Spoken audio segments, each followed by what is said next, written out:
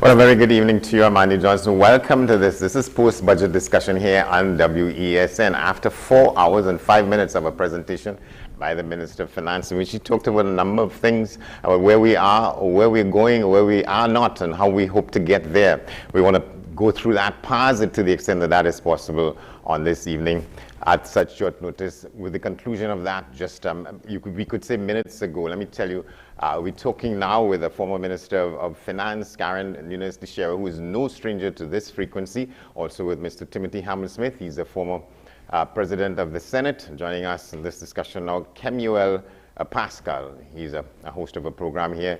He's getting his feet wet in this kind of commentary.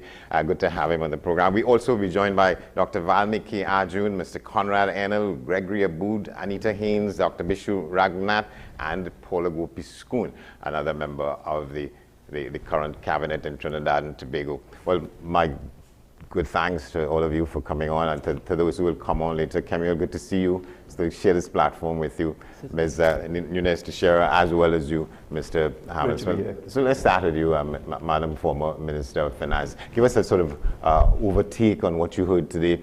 You know, if you capsule what you heard, what you should have heard and you didn't hear, what you heard that may have not been necessary. Well, I'll have to say, in fairness, I suppose, to all of us that, as you indicated, 4 hours is a long time. And we're coming on soon after having listened to a budget, so it takes time to digest. So the takeaways that immediately come to mind, certainly when I have more time to cogitate and think about it, I will probably have other ideas, but my immediate response would have been that he spent an inordinate amount of time explaining why our economy had reached where it had reached and seemed to blame everything on COVID-19. Which I found was a little troubling when we know that certainly globally, if that was what he intended by saying that, we know, yes, COVID has impacted, but the impact is certainly not what it was a few months ago. In fact, for most countries, the impact is what we are benefiting from, which he had not acknowledged, which are the energy and energy prices that we're enjoying. Also, of course, the geopolitical theater that's being played out between Ukraine and Russia, and of course also the whole question of the energy which impacts energy. So when you look at countries like United States and the USA, you know very well that when you look at the inflationary trends, the unemployment is very, very low. In fact, they have what you would call a demand pull inflation, meaning that there are more jobs available than there are persons to take the jobs. But the problem is the energy. And I just want to say, before I move on to someone, what I did note, and I suppose many people may have noted, is that this time, perhaps maybe he did it before, but I noted it this time, that he spoke in terms of real GDP, which was to look at what the value of the goods and services this year, if you take out the impact of inflation, if you take out the impact of the increase in energy prices, which is what really has us where we are. And he looked at a lot of countries to show how well we were doing. But if I could just, and somehow he seemed to be fixated on Barbados, so I will use Barbados as a good example. In 2020, their real GDP was negative 14%. 2021, it was 0.7%. By 2022, it was 10.5%. Then we looked at the Eastern Caribbean jurisdictions. In 2020, it was negative 16.3, 2021, 3.5, and 7.5 by 2022. And finally, for Guyana, which is really an outlier, you can't use them as a good, they're really an outlier. In 2020, when the rest of the world was suffering, their real GDP was 43.5, and 2021, 19.9. And then Jamaica ended with from a negative 10 in 2020 to 6.4. So what's the point of my saying that? The point of my saying that is those countries do not have the blessing of energy that we have. And how they were impacted was that they lost, because of COVID in a very direct way impacted them because they are tourists, they are dependent on tourism.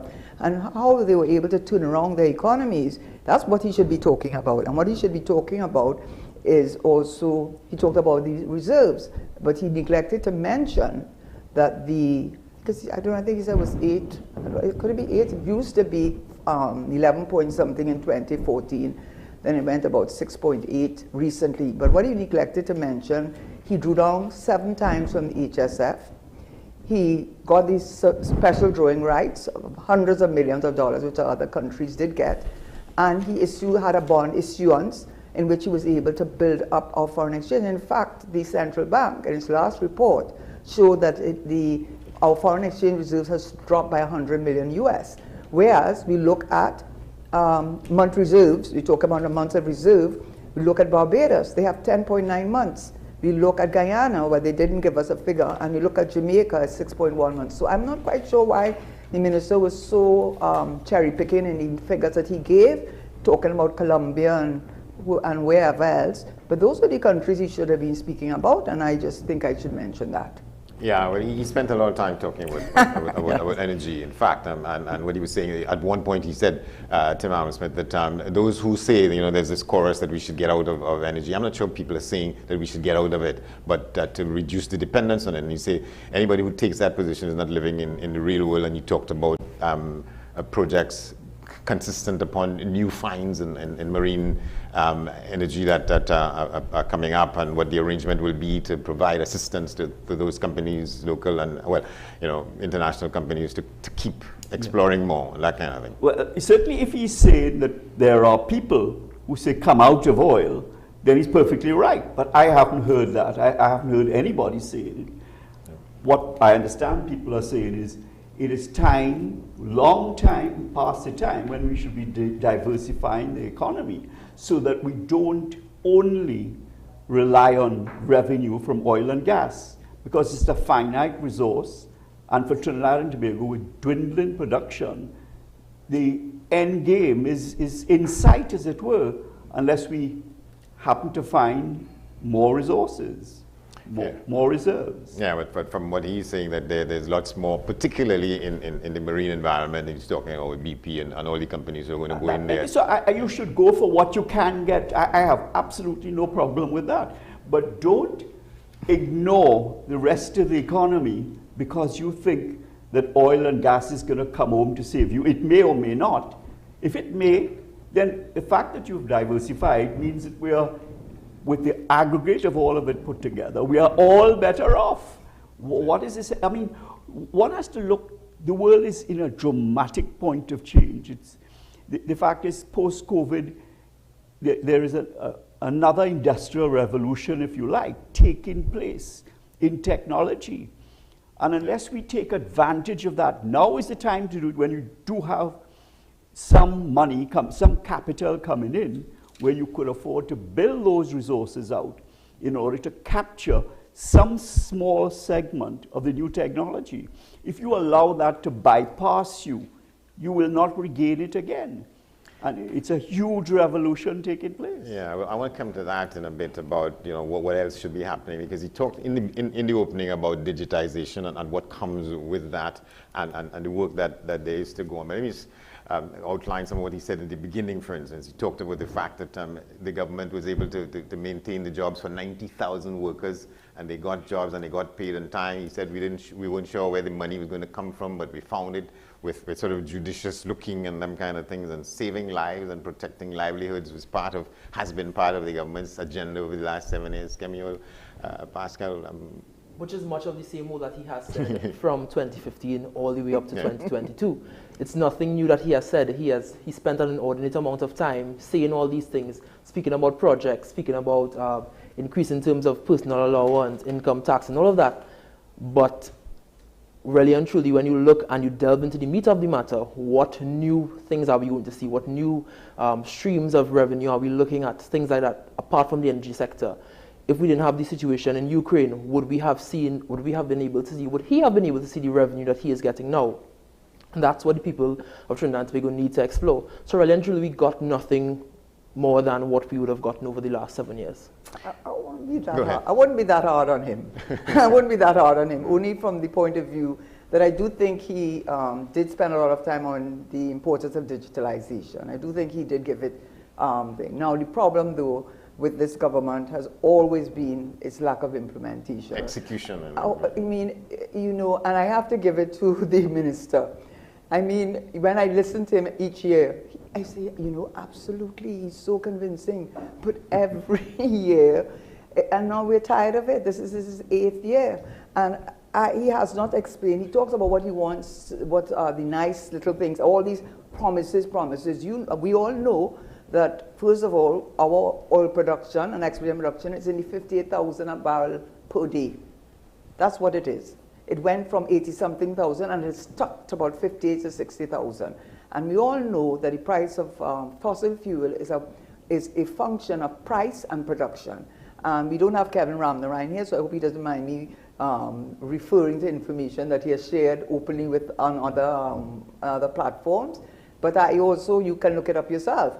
I think in 2014, I think the production and the MMBTU was I don't want to say it wrong because I'm not very familiar with neither is the Prime Minister, the Minister of Finance either, because he threw the deceased Khan under the bus when he said, I get my information from them, but now I'm sure I'm getting it right.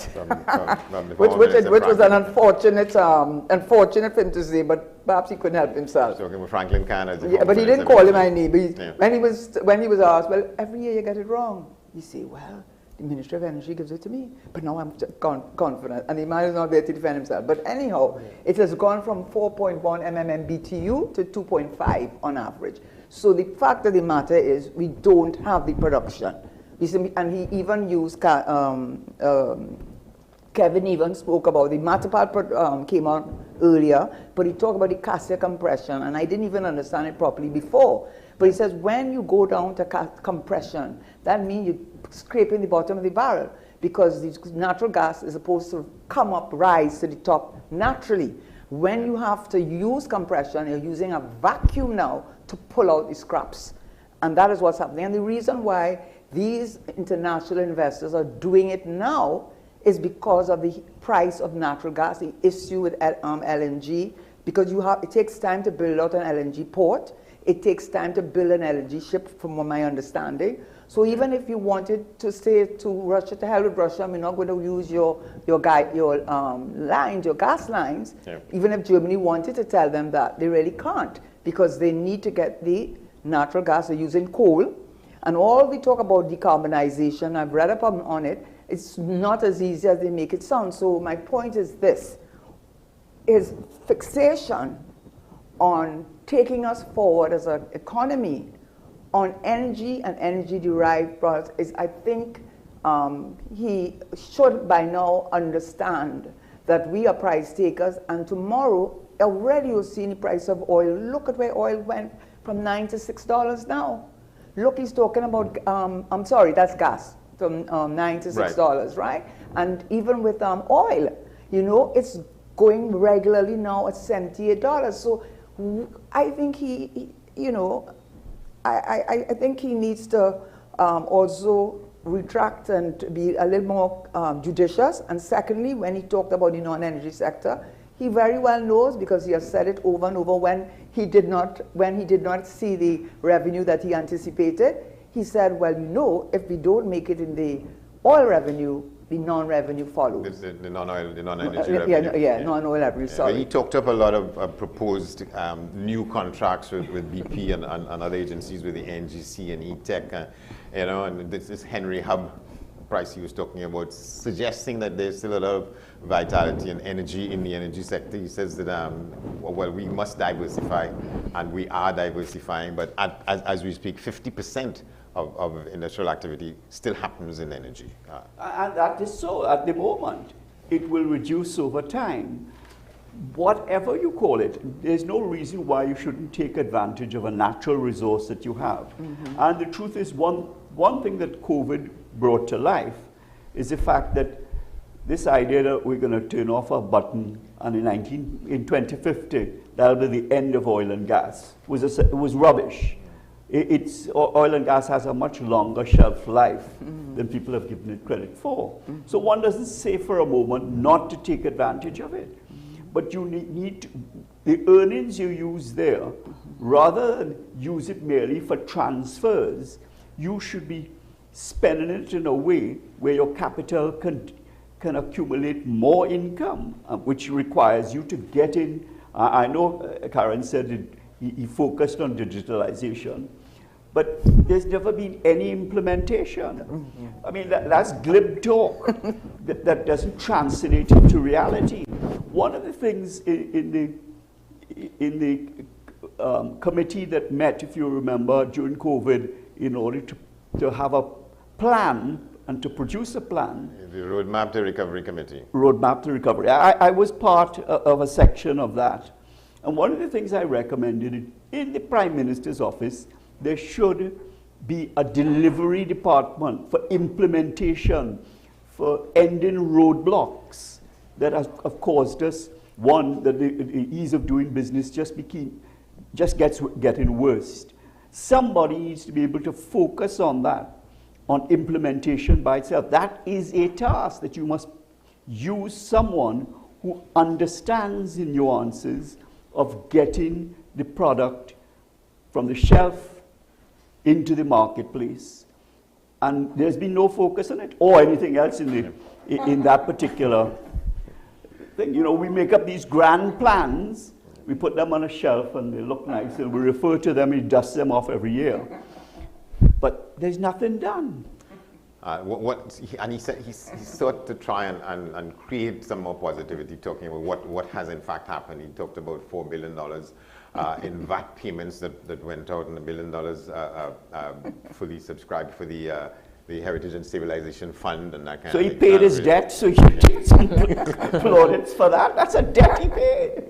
And he's absolutely correct in saying he paid his debt. So that's money that is owed to people. That's money that's owed to businesses and companies. So they need their money. So telling us that you did this over the last fiscal year is really and truly nothing new. And that's why I made the point earlier in opening that what we have had over the years and what we had today was a series of things that is just a matter of things that he said before. So we're just here spinning once again. For 4 hours. For 4 hours. 4 hours and 5 minutes. The narrative seems to be to provide this sense of optimism that we could have been worse than where we are, but look how well we're doing it. But I agree you should do that. Now's the time to press the reset button post-COVID. But the focus, to my mind, must be in fact on technology and taking advantage of the new technologies that are arising. And getting a niche market, but if you get a niche market in $1 trillion industry, that translates into a lot of jobs, a lot of revenue for the government through taxes, and a lot of GDP growth. I think Tim, I just want to make a comment, and I think you hand it over.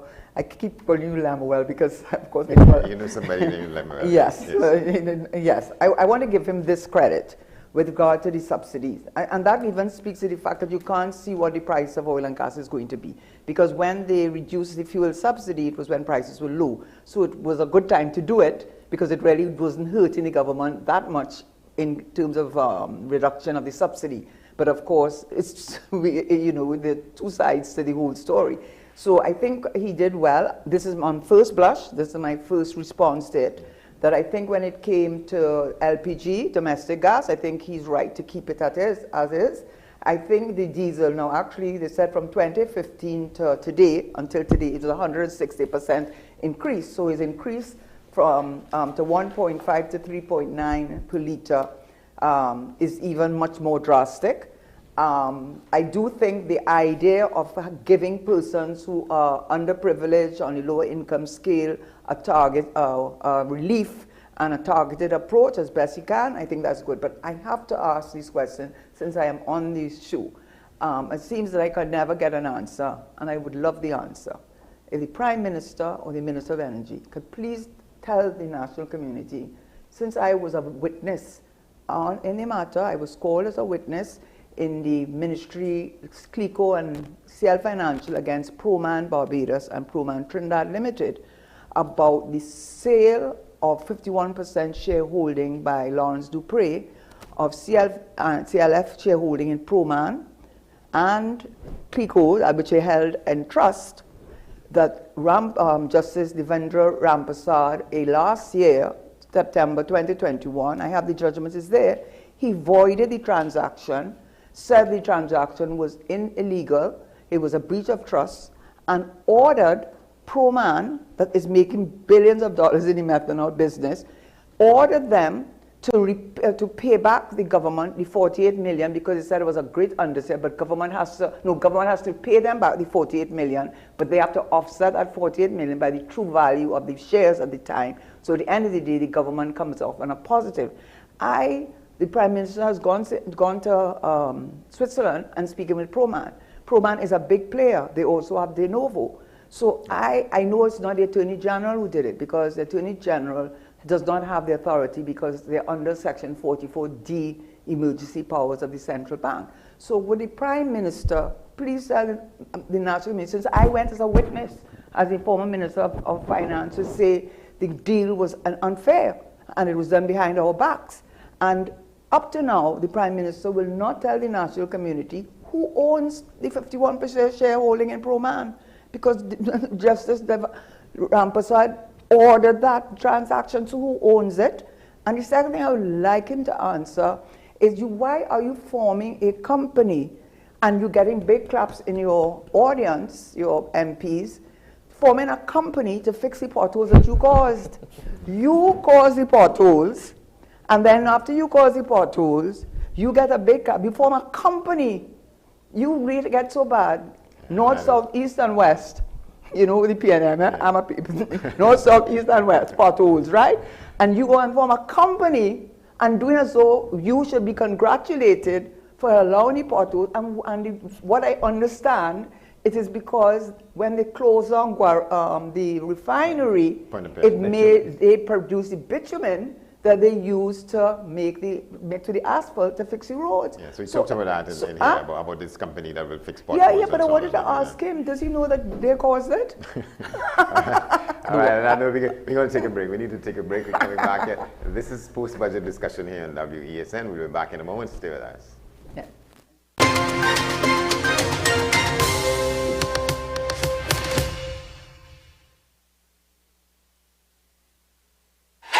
FanZone, your reliable, authentic supplier, has just gotten better. You can now visit our website www.fanzoneTT.com for your authentic wear and collectibles. The only place where you can use both your Visa debit and credit cards. Visit our website fanzonett.com to make your purchase today.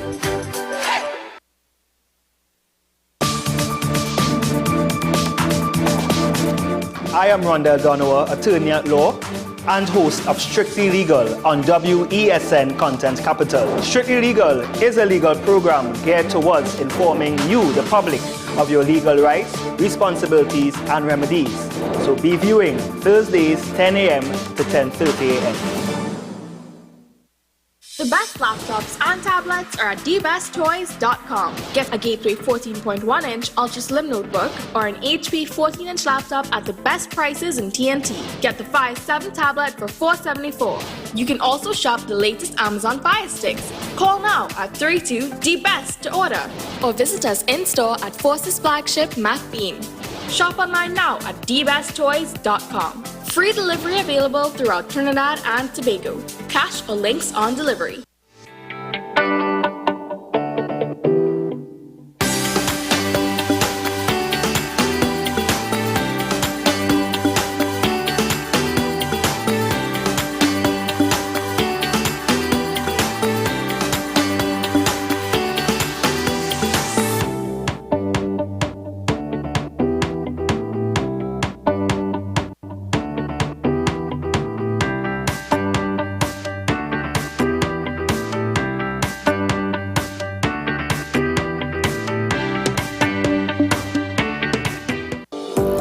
Join me, Sule A. Joseph, as I delve into the day-to-day psychological issues plaguing our society.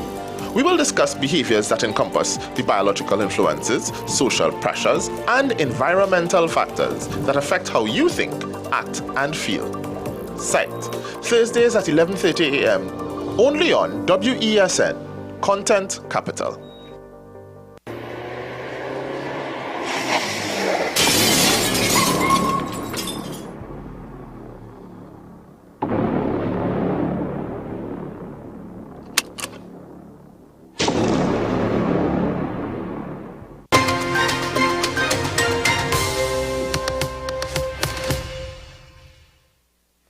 right, thanks for staying with us. Welcome back to our discussion here. Post-budget presentation 2022. The Minister of Finance speaking for 4 hours and 5 minutes this afternoon. Let's as we come back with our guests here, let me just tell you who else we'll be talking with during the course of the discussion.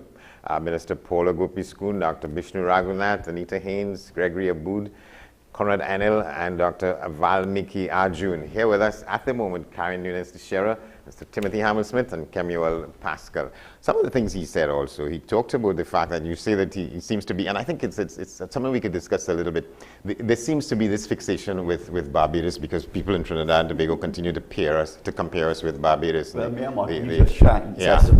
Prime Minister, got hot under the collar one time in the Parliament. Somebody said, asked somebody, why you don't want to live there if you want to talk about there so much. But so this is the Minister of Finance saying that in Barbados the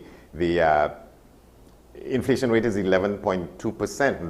That is what it was in July. Here it's in the low single-digit numbers. He says we have access to more finance than necessary.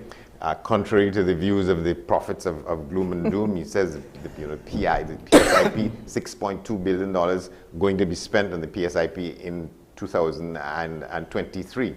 He said there's never been a situation like that with our public debt, that S&P has given us, for the first time in 15 years, a positive rating.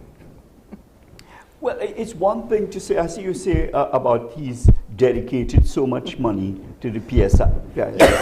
But what they've never come back... $6.2 billion in dollars for 2023. Yeah. So what they've never come back to us, because they had money last year too, but we never see what they achieved with last year's money, and therefore we're likely not to see if we achieve anything in this year's contribution to PISP. So I don't see it to be a talking point about something that you should, claim is. But doesn't some of that come out in the course of the budget debate? And somebody who speaks to that will say, well, this is what happened and so on.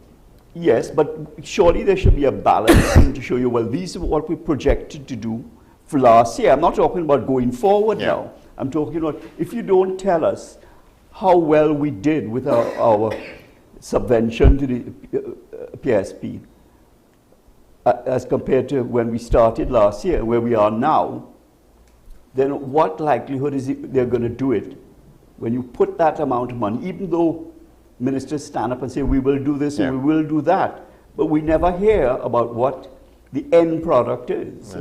That's a deficiency from my perspective. And why it wasn't done? You wanted to say something? Yeah, I think that brings us back to the point of implementation and execution. And yes, there's a unit within the Office of the Prime Minister that has responsibility for implementation of government policy.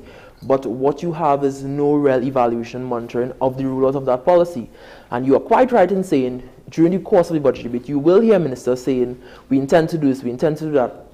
And the PSIP will speak to the fact that they intend to implement these programs, but the actual implementation and execution of it is what we don't see. And so the minister would have spent 4 hours and 5 minutes speaking about a lot of things, but we were not able to hear the things that they would have actually been able to achieve over the last fiscal year in terms of you all allocated this amount. Was your target met? Exactly. And that's what we continue to see. Can I just comment on the? I hope I have it correct, because I heard that that he was posting. I can't think of another word that comes to mind, but saying that we have a BBB. Yeah, BBB. Yes, that's investment grade. But what he probably wanted to say. That's the grading from Standard & Poor's. Yeah. But what he probably what he did not say that when you get a BBB, it's one grade above junk bond rating. But what the difference this time was that when we had the BBB rating, they had a negative outlook. Now they put the outlook to stable. And now, if my information is correct, in 2017 we had an A-. I think in 2018 there we got BB+. Then in 2022 it was BB-, and then he went back to BBB. So I don't quite understand what he's saying. And the other thing, he calls it growth after the first year of growth after 6 years of contraction. I mean, what is he playing with words, it's like a magician. And I think the basic complaint that I think we all share in common, I think the basic complaint is that it's very difficult to take the minister seriously because there has not been a year that he has not boasted from the, I don't know if you all remember the first year, you know, but in the first year, he had said that they were going to sell all those assets from Clico. And that when he sold all those assets from Clico, I think the fiscal deficit was going to be like 1.3%. Every year, except 1 year, he came close to getting it right. 1 year, he came close to getting the fiscal deficit right. But every year, the National Statistical Institute, even that the procurement legislation, which it should not be passed in full, because the things that should still substantively should be dealt with. The Commission, Gambling Commission, and then you have all these scandals with the AV drilling. Then you have this thing with the Prime Minister, who made himself Minister of Housing for about 9 months, signed a framework agreement, but he didn't, but the Ministry of Housing signed it, and then the Joint Consultative JCC went to the Freedom of Information and forced their hand to say what the agreement said, and it was so much against our interest that he had to scuttle it, you know. And then you had the commerce, I call it, with the Commission of Inquiry into Paria. You know, it just goes on and on and on and on. So at what point in time can you, even when he talked about the education, I mean, I was so embarrassed for him. I mean, doing as though the problem with the children not doing well in common entrance, for 2 years you didn't know they weren't going to school. For 2 years you didn't know they needed the book and the virtual connection. For 2 years you didn't have, I mean, you're doing as though it has absolutely nothing to do with you, but you're coming up and you're coming now as a knight in shining armor to solve a problem.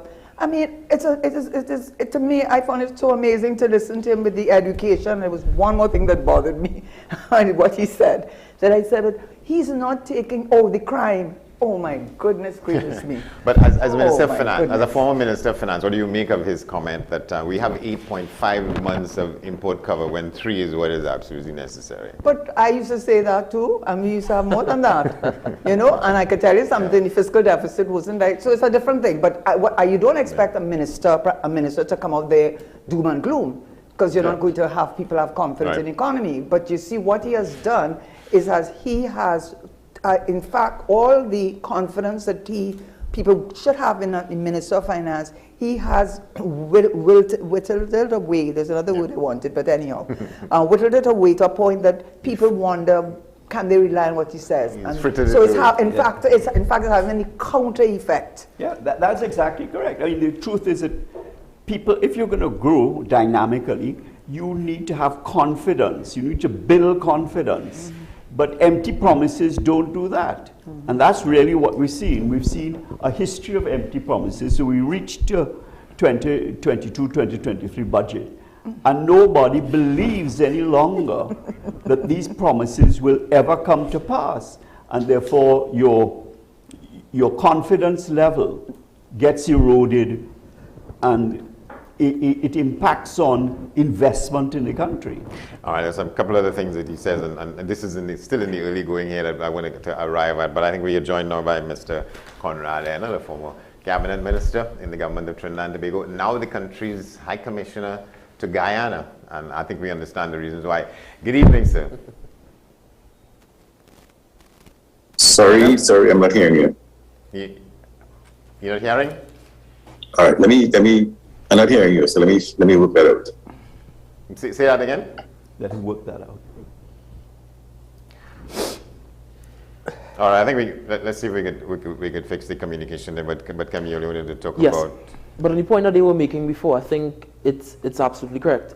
The Minister of Finance will come all very, very confident that he has been able to do this and do that and get this done, or he will, or he does intend to do it within the next fiscal year. And people, you get that expectation.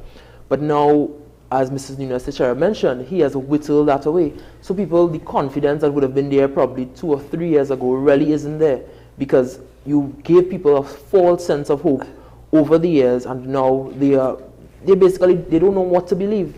It's like a pull and tug. And that's what we continue to see from the minister.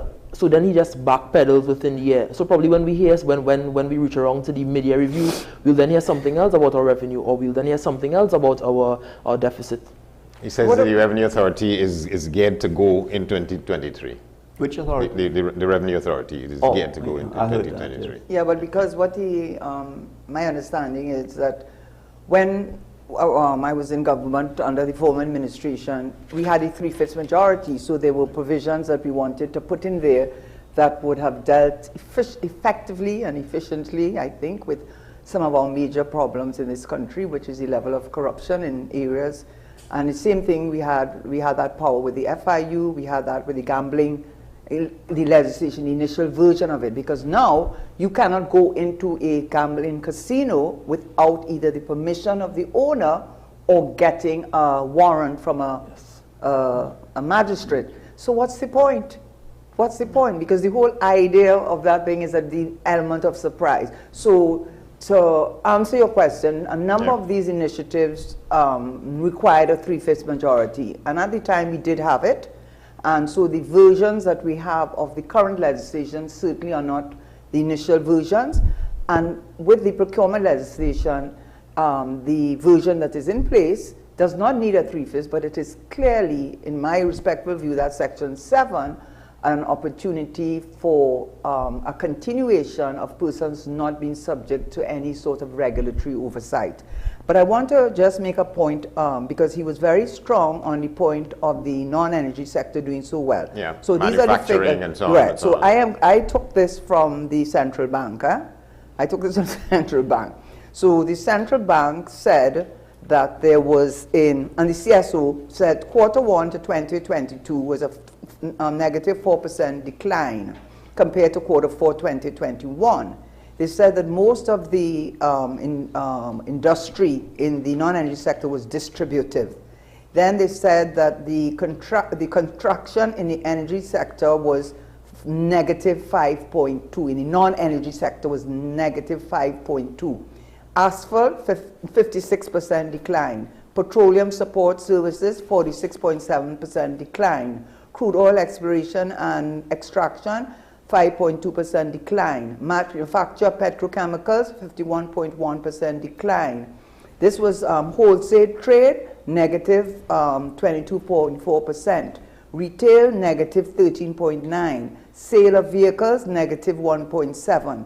Where there was an increase was in food, beverages, and tobacco of 8.9%, and in transport and storage, 5.6%. So I just want to put the figures that he cherry picks for us and let you know that, number one, the performance of the non-energy sector is directly related to the energy sector, and these are areas in which I do not know that they contribute to the foreign exchange of our country or the production levels of our country. Because, for instance, the food, I don't know if there's some place in Trinidad they're growing black beans, or there's some place in Trinidad they're growing lentils, or there's some place in Trinidad that they're growing, I'm not being facetious, or some place they're growing red beans and corn. Maybe I just don't know. I haven't found the places. But what I do know is that if the minister will to devalue, one of the reasons he is reluctant to do that, and many economists have spoken to it, the cost of the materials to put it in the tin and put the label on, it's going to cost them so much more if they devalue the dollar. So I don't know what is our food and beverage, and I didn't know we grew tobacco either. But maybe we do, and I just don't know. You talked about tobacco. I think we have Mr. Enel with us now. Good evening, sir. Hi, Andy. Good evening, and good evening to your team. Sorry about that. My technology didn't work the way it was supposed to. The way it was supposed to be. Yeah. Are you in here or are you in Georgetown? I'm in Georgetown. Oh, very good. So, well, give us a sense of what you make of what you may have heard about this presentation this afternoon. So I listened to the Minister of Finance, and basically, in listening to the Minister of Finance, you have to determine what is he trying to do. There are two objectives that he has. Usually, it's to run the government, that's to continue to keep the public service or the government service operational. And at the same time, to do something with the various sectors of the economy to try and get them into a situation where they can pay taxes. You know, sometimes we keep forgetting that the government basically is a distributor of resources. It basically collects taxes and it spends it on particular levels of expenditure. And while it is doing that, it has to try to boost certain segments of the economy to cause them to pay more taxes. Fundamentally, that's what we're talking about. And in some instances, when you have revenue, you do more. And when you have less revenue, you do less. When I looked at what he attempted to do, basically was to try and distribute the additional revenues that he got in some way that he believes will create for him over the long term one objective. One, to reduce his fiscal deficit, and two, to try and get a little bit more revenue to close the gap that currently exists between his expenditure profile and his revenue. And you know that will continue if the prices of energy continue. If they don't, he's in trouble. What are the prospects in your view of him accomplishing those goals? So whether he does it or not, he has sufficient space on the borrowing side to borrow his way into providing the expenditure that is required to do what he wants. So he, from where I sit, is in no difficulty in achieving his ability to spend or to spend the money that he needs to spend to do some of the things that he wants to do. So he has the space. And he made a point about saying that, about the ability to borrow. He says, you know, we in a he has the space.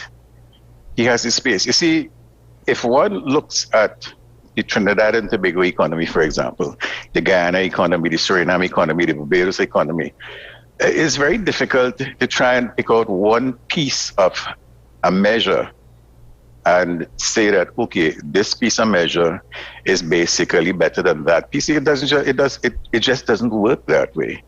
One of the things that he needs to be commended for, and no matter where you sit, it's a fact.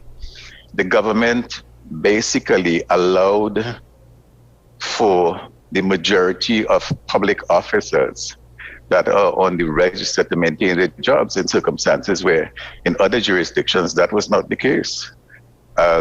When you look at the adjustment profile that needed to happen by many countries, the first thing they do, and it's what the private sector does on an ongoing basis, is get rid of your personal costs. That was not the situation here. So today, 7 years later, we still have a situation where we have a capacity that if it is properly led and properly motivated, it can in fact do for us some things that will cause us not to go through the kind of hardships that other places are going through. All right, now, I know that... I just want to let you know that, so on the panel with us at the moment, we have someone who will work with you in the cabinet, one of the Manning cabinets. She was the Minister of Finance, and we have a former president of the Senate and a young up-and-coming leader in the country. They may wish to of course, they're all very they're all very distinguished leaders in their own special fields. So I have no difficulty at all with their views, because they are coming with different experiences and from different perspectives. I have my own view, which I will express, but they are free, and they have a different view, and we could talk about it. All right. Well, let's talk about it. Karen, you want to? Well, I am quite surprised. Maybe I learned something today that I didn't realize that was the role of government, because when the Minister of Finance speaks in budget, he speaks on behalf of the government, which is why he did not limit his discussion to what the Ministry of Finance does. He spoke about education, he talked about health, he talked about crime, he talked about all the different things. And so if I were to be even guided by the new Chancellor in England, the new Chancellor, who is equivalent to a Minister of Finance. Chancellor yes, and what in the same, and I could use the same equivalency with USA, what the minister or the equivalent of a Minister of Finance is very concerned about, and that's why he works very closely with the Fed, if it's the Fed or central bank in our case, is to temper inflation to temper inflation and grow the economy. And hope by growing the economy, now how do you grow the economy? There are different ways. You can reduce taxes, and I think this government in previous iterations has done a lot in that regard, and again he continued it this time by bringing it down to 7,500. You would pay no taxes on that. So part of it is, but it's not going to do what he's saying. He has to be joking if he thinks 7,500 with a food inflation rate of 8%. We don't have runaway inflation in Trinidad. You know why? Because we don't have the energy problem that all the rest of these countries have. So we, in fact, our inflation rate is 5% or even lower than that. You know why? There's lack of consumer confidence. If you read the central bank reports, the people are not borrowing because they don't. So I think what the role is, and how, if I looked at what the Exchequer in England did, he did a suite of things. First, one of the things he did is he gave an ease up on taxes. So by doing that, he gave people more room because the energy is what is really killing the energy and food.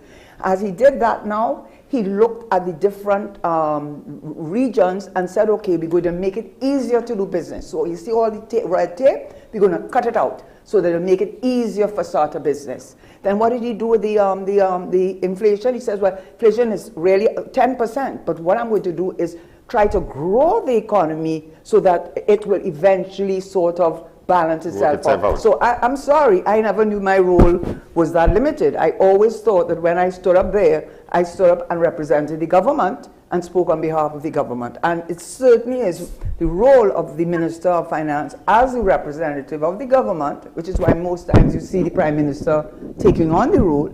He has a responsibility for our national security, the education of our citizens, growing the economy and the welfare of our citizens, both health physically and financially. That's how I understand our role. Just Andy, let me just go ahead. I don't understand. I don't understand where Karen is coming from, because I really didn't say anything different to what she's saying. All I said is that when you, at the base of when the budget is presented, there are two elements to it. The first element is a revenue and expenditure activity. The government has a P&L like everybody else, like every other business, and they manage it on the basis of that. Within the context of the expenditure, you have personal costs, and these costs are related to the various ministries and the various things that are happening. You have transfers and subsidies that support another set of services, and you have specific economic policies that he puts in place to basically do what exactly what you're saying. So I'm not disagreeing in anything with anything that you've said. I'm agreeing with what you said. Okay. All right, we're going to take a break, and when we come back, we'll be joined by Dr. Valmiki Arjun. Stay with us. This is post-budget discussion here on WESN.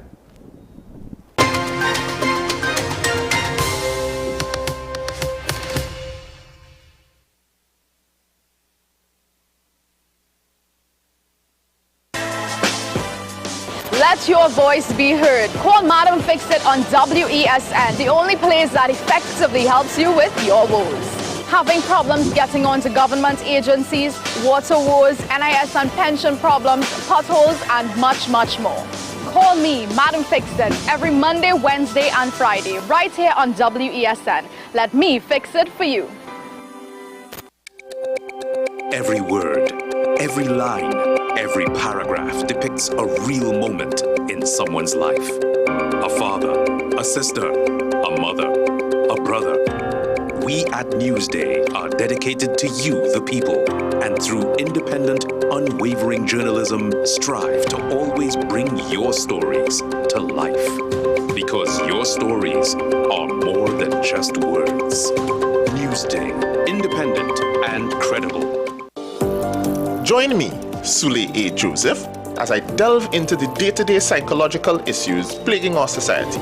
We will discuss behaviors that encompass the biological influences, social pressures, and environmental factors that affect how you think, act, and feel.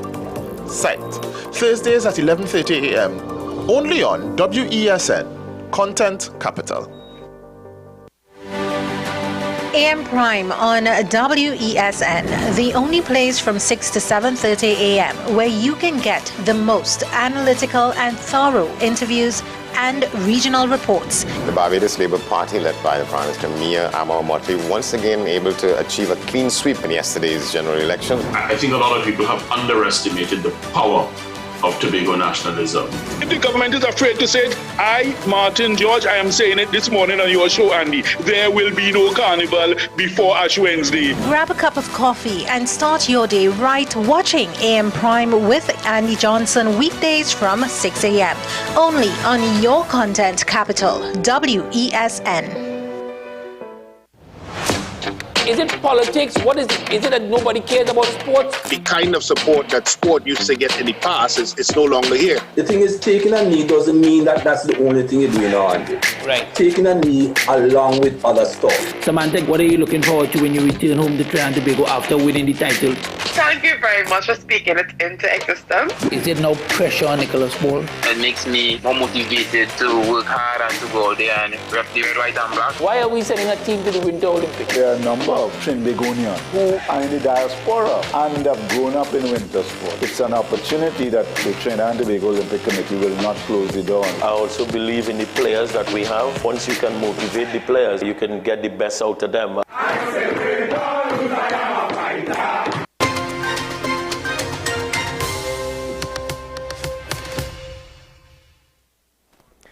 Welcome back to the discussion. This is post-budget analysis here on WESN. In the Zoom with us, Conrad Enel, former government minister. We'll hear in a bit from Dr. Valmiki Arjun. He's there in studio.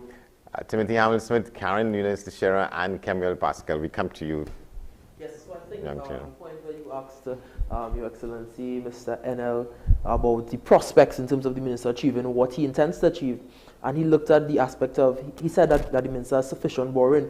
But my thing about it is that, I am questioning whether or not that's the direction we should be encouraging or we should be going into, as opposed to looking at other avenues in terms of growing the economy, not just attempting to borrow our way out of things, because that's what we've been seeing over and over. Yeah. All right, and we could come to that discussion in a bit, because I wanted to get there, because he was talking about the creation of special economic zones, and there's an authority set up for that. There's a trade and investment promotion agency that is going to be a merger of some of what we have now, and that suggests that that's where some greater economic activity might come from. Timothy Hamilton?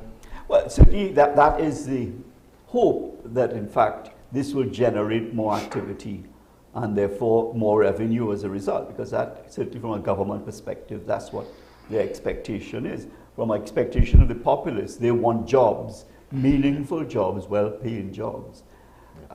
And the challenge is to translate that concept into reality. We were mentioned earlier, of course, that given the fact that we've had promises all along, people start losing confidence as to whether, in fact, you could implement this or whether it's just words on a page. All right, and there's some things on the implementation agenda we could come to as well. The Revenue Authority seems to be ready to take off, and other things that you spoke about. But let's introduce you to the discussion. Dr. Arjun, good evening. You're not here. Sorry, I was unmuted. Good evening. Good evening, Mr. Johnson, and good evening to all your guests in studio. Yes, well, thanks for joining us. So what would be your takeoff point? Well, you know, when I joined in, I was hearing the former finance minister, Ms. Teixeira, speaking about, she mentioned inflation and price increases. Now, I take a point definitely that we do have a lower inflation rate compared to many other economies. I mean, we got 4.9%. The US right now, they're about 8.26%. Canada is 7%. The UK is about almost 10%, and Jamaica is about 10.2%. So our inflation is much better than them. But I mean, really and truly, what is inflation? Inflation is the percentage change in prices from one period to another, right? That is the proper definition, the percentage change in prices from one period to another. And remember, the prices right now are currently the highest that they've ever been for generations, right? When we look at our overall price index, when you look at the data that ends from the central bank, it ends in June. That's the most recent one we have. But the price index, which is the weighted average of a representative baskets of goods and services that we utilize on a daily basis, that index was about 116.2%, right? It went up, that index actually went up, so meaning prices went up by 11% since 2016. It's more important really though to consider the prices of what we consume the most on a daily basis, and I'm sure we'll all agree that is food. And food prices would have increased by 20% since 2016. Now, even if inflation were to remain low, right? Let's say inflation is 1%, right? If a household is already paying a high cost for a basket of basic items per month, let's say they're paying hypothetically $3,000, and the inflation level is 1%, then the price of that basket of goods is going to increase by $30. It will increase to $3,030 at 1%. But remember, the price still remains high. It is the change in the price that is small. So at the end of the day, the purchasing power of the household is what really matters. And if prices are already high, then the purchasing power is low, even if there is a fall in the inflation rate, once that inflation rate remains positive. So inflation fell marginally from 5.1% in April to now 4.9% in June. But it does not mean that prices fell. It means that prices increased, but the pace of this increase has now become slightly slower. So you think we make too much of the movements in the rate of inflation? Well, I think, as you mentioned, I think for the most part of the minister's presentation today, he spent a lot of time focusing on numbers upon numbers. Well, I appreciate numbers, being an economist. But despite having such a lower rate of inflation than many other countries, what you also have to remember is that part of the reason we have such a lower rate is because for several years now we've had very low investment activity amongst the private sector within the economy. You need to have, for countries that like ours especially, that would have a heating then of the economy, where you have many investors coming in and setting up business operations, many entrepreneurs, many organizations expanding the scope of their operations, many individuals, many households increasing their expenditure levels, etc. A boost in your exports, even also a boost in your imports. All of that, an increase in your overall aggregate demand. That would also account for higher levels of inflation. It will tend to send up prices. But a big part of the reason, especially a couple of years ago, as to why we had inflation levels that were like below 2%, is really because of not really because of any sound economic strategy. It's really because we had low levels of aggregate demand, low levels of activities going on in the economy. But when you look at inflation, especially coming out of things like international factors, not really local factors, but international factors, typically that war between Russia and Ukraine, bread and cereal prices have increased by about 10.09% in the last 2 years. Meat prices increased by 21%. Fish increased by 16.53%, and the list goes on and on. Okay, I'll come to you, Karen, in a minute. But let me just get you, you're an economist, you're a lecturer in finance at the University of the West Indies and so on. There's this talk about a food price crisis we're facing, and that there's a prediction that there'll be marches and demonstrations on streets in countries all over the country. You think that we are in the vortex of that, and can we escape it by what we've been presented with today, for instance? I would be a bit surprised if I see people starting to march and riot, etc. I do really think that is the nature of people so far. That's not our nature.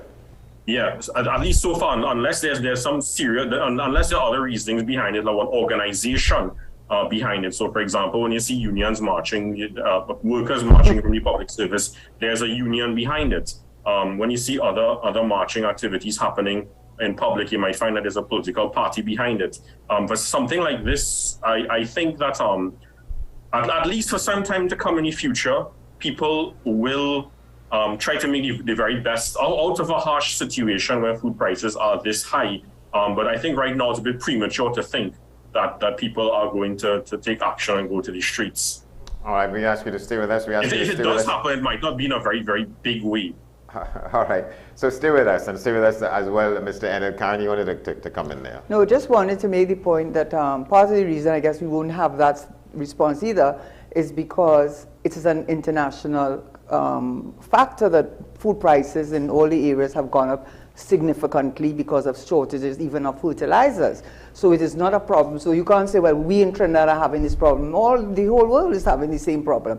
But right. I would say... And the prediction is that people all over the world are going to be marching and demonstrating. No, but no, the point is that, you know, it's like the COVID-19. When we looked at, maybe a strange analogy to me, but when we saw the amount of deaths that were happening in the so-called developed countries, it put into a perspective that our situation was not that bad and that it was not being handled badly. So when it comes to the food issue, but what I wanted to say is this, that Dr. Ayud, he's an economist, I am not. Yeah. But I do know that when we look at inflation, you look at demand pull and cost push inflation also.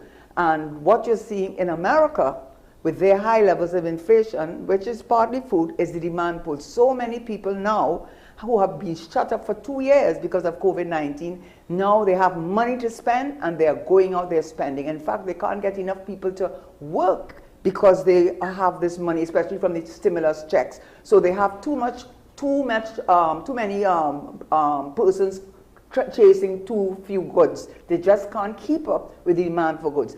On the other hand, you have what we have, which is demand, which is the opposite of demand pull. We have the cost push, which is what he alluded to. When you have, in addition, because when you take the core inflation and you pull out the food inflation out of the core inflation, our inflation goes up to about 8%. When you take it, when you have it as headline inflation, it's about 3 or 4%. But the reason why our inflation rate is so low, according even to the central bank, is that consumers, even those that could spend, the real estate market is seeing some recovery. That is for sure. Maybe not spending in the way that people would expect us to be. They are not spending. Because they are not spending, there's not the money circulating, and therefore there is the economy is not what I say would be thriving. So I understand the economists. I bow to the economists, but I'm just saying that there's also the demand and also the cost push that factor into the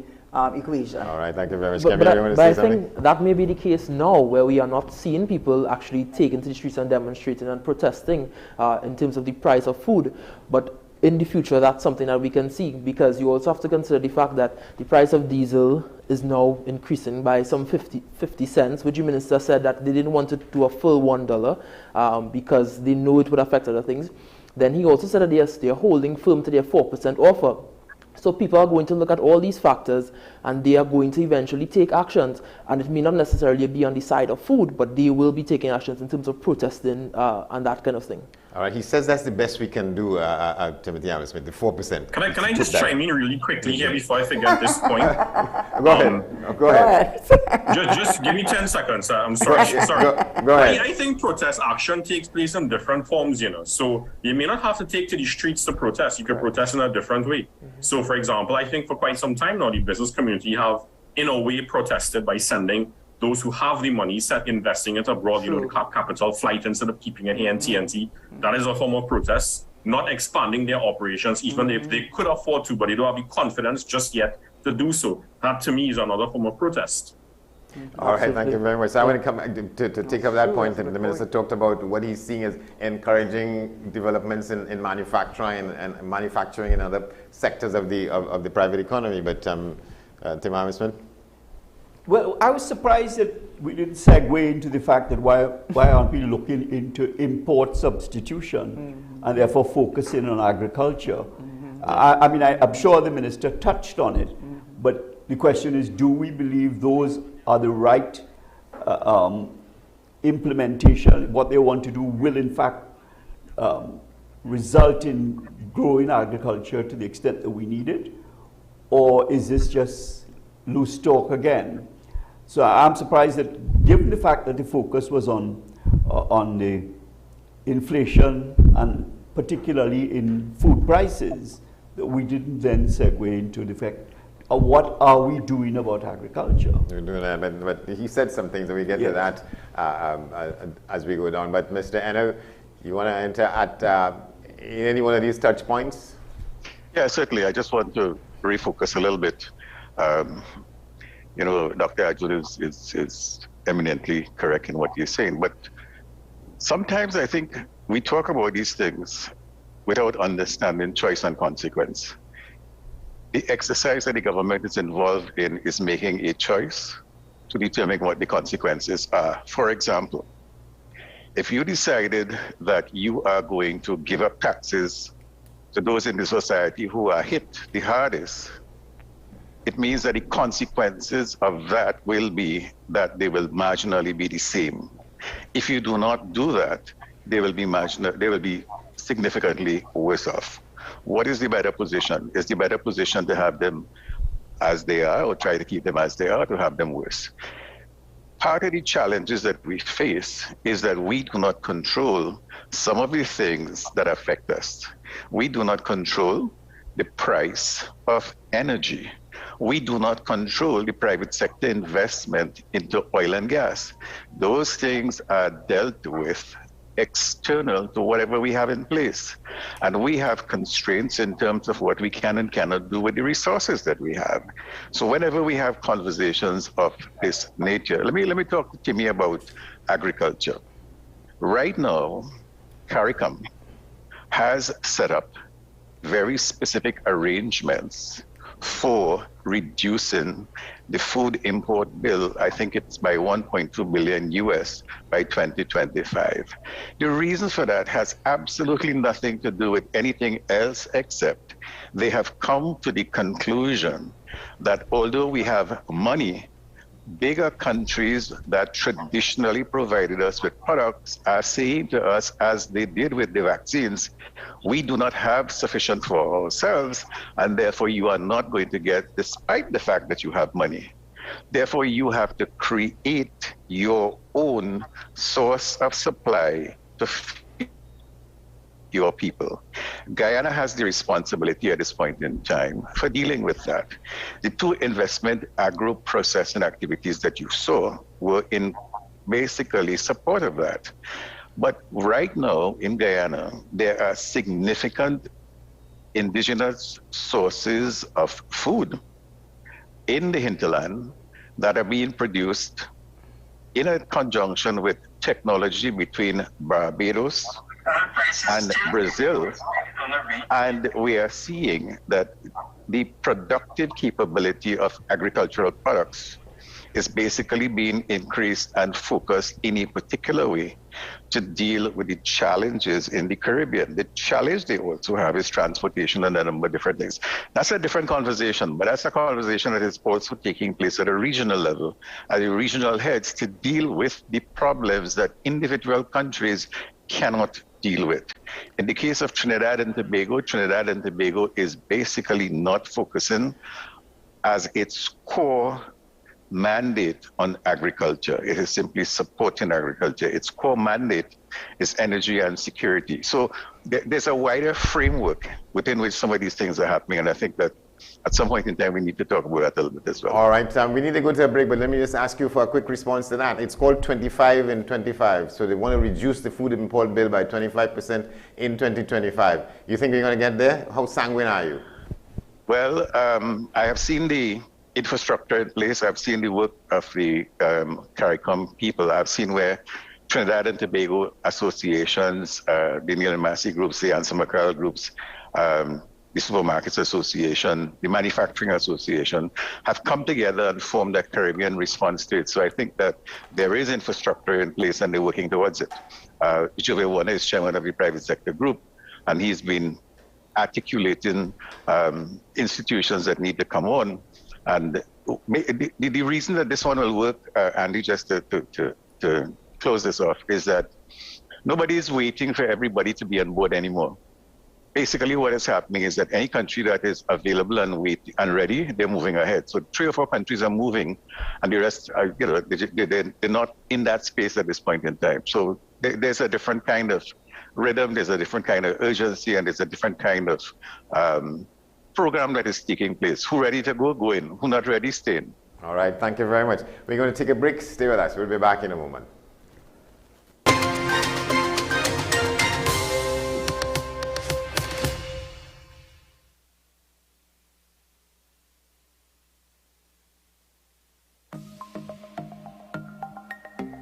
Knowing how to tell authentic is as easy as 1, 2, 3. Find it, match it, search it.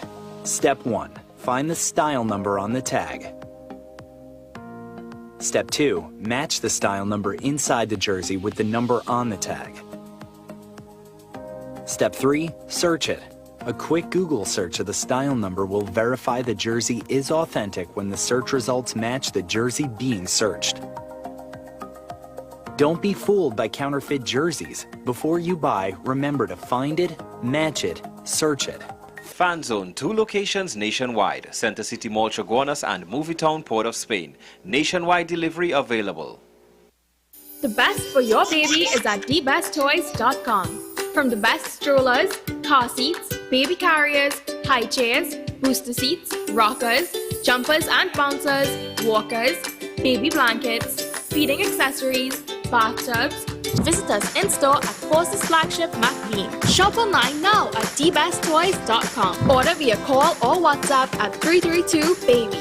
And remember, we have the best toys at the best prices. AM Prime on WESN, the only place from 6 to 7:30 a.m. where you can get the most analytical and thorough interviews and regional reports. The Barbados Labour Party, led by the Prime Minister Mia Amor-Motley, once again able to achieve a clean sweep in yesterday's general election. I think a lot of people have underestimated the power of Tobago nationalism. If the government is afraid to say it, I, Martin George, I am saying it this morning on your show, Andy, there will be no carnival before Ash Wednesday. Grab a cup of coffee and start your day right watching AM Prime with Andy Johnson weekdays from 6 a.m. Only on your content capital, WESN.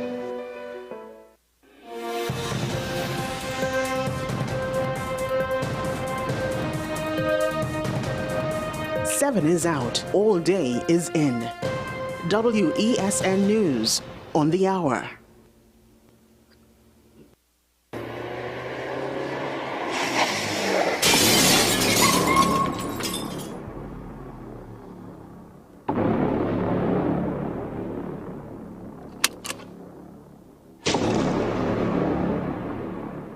On the next episode of I'm married, by the way. I've been married for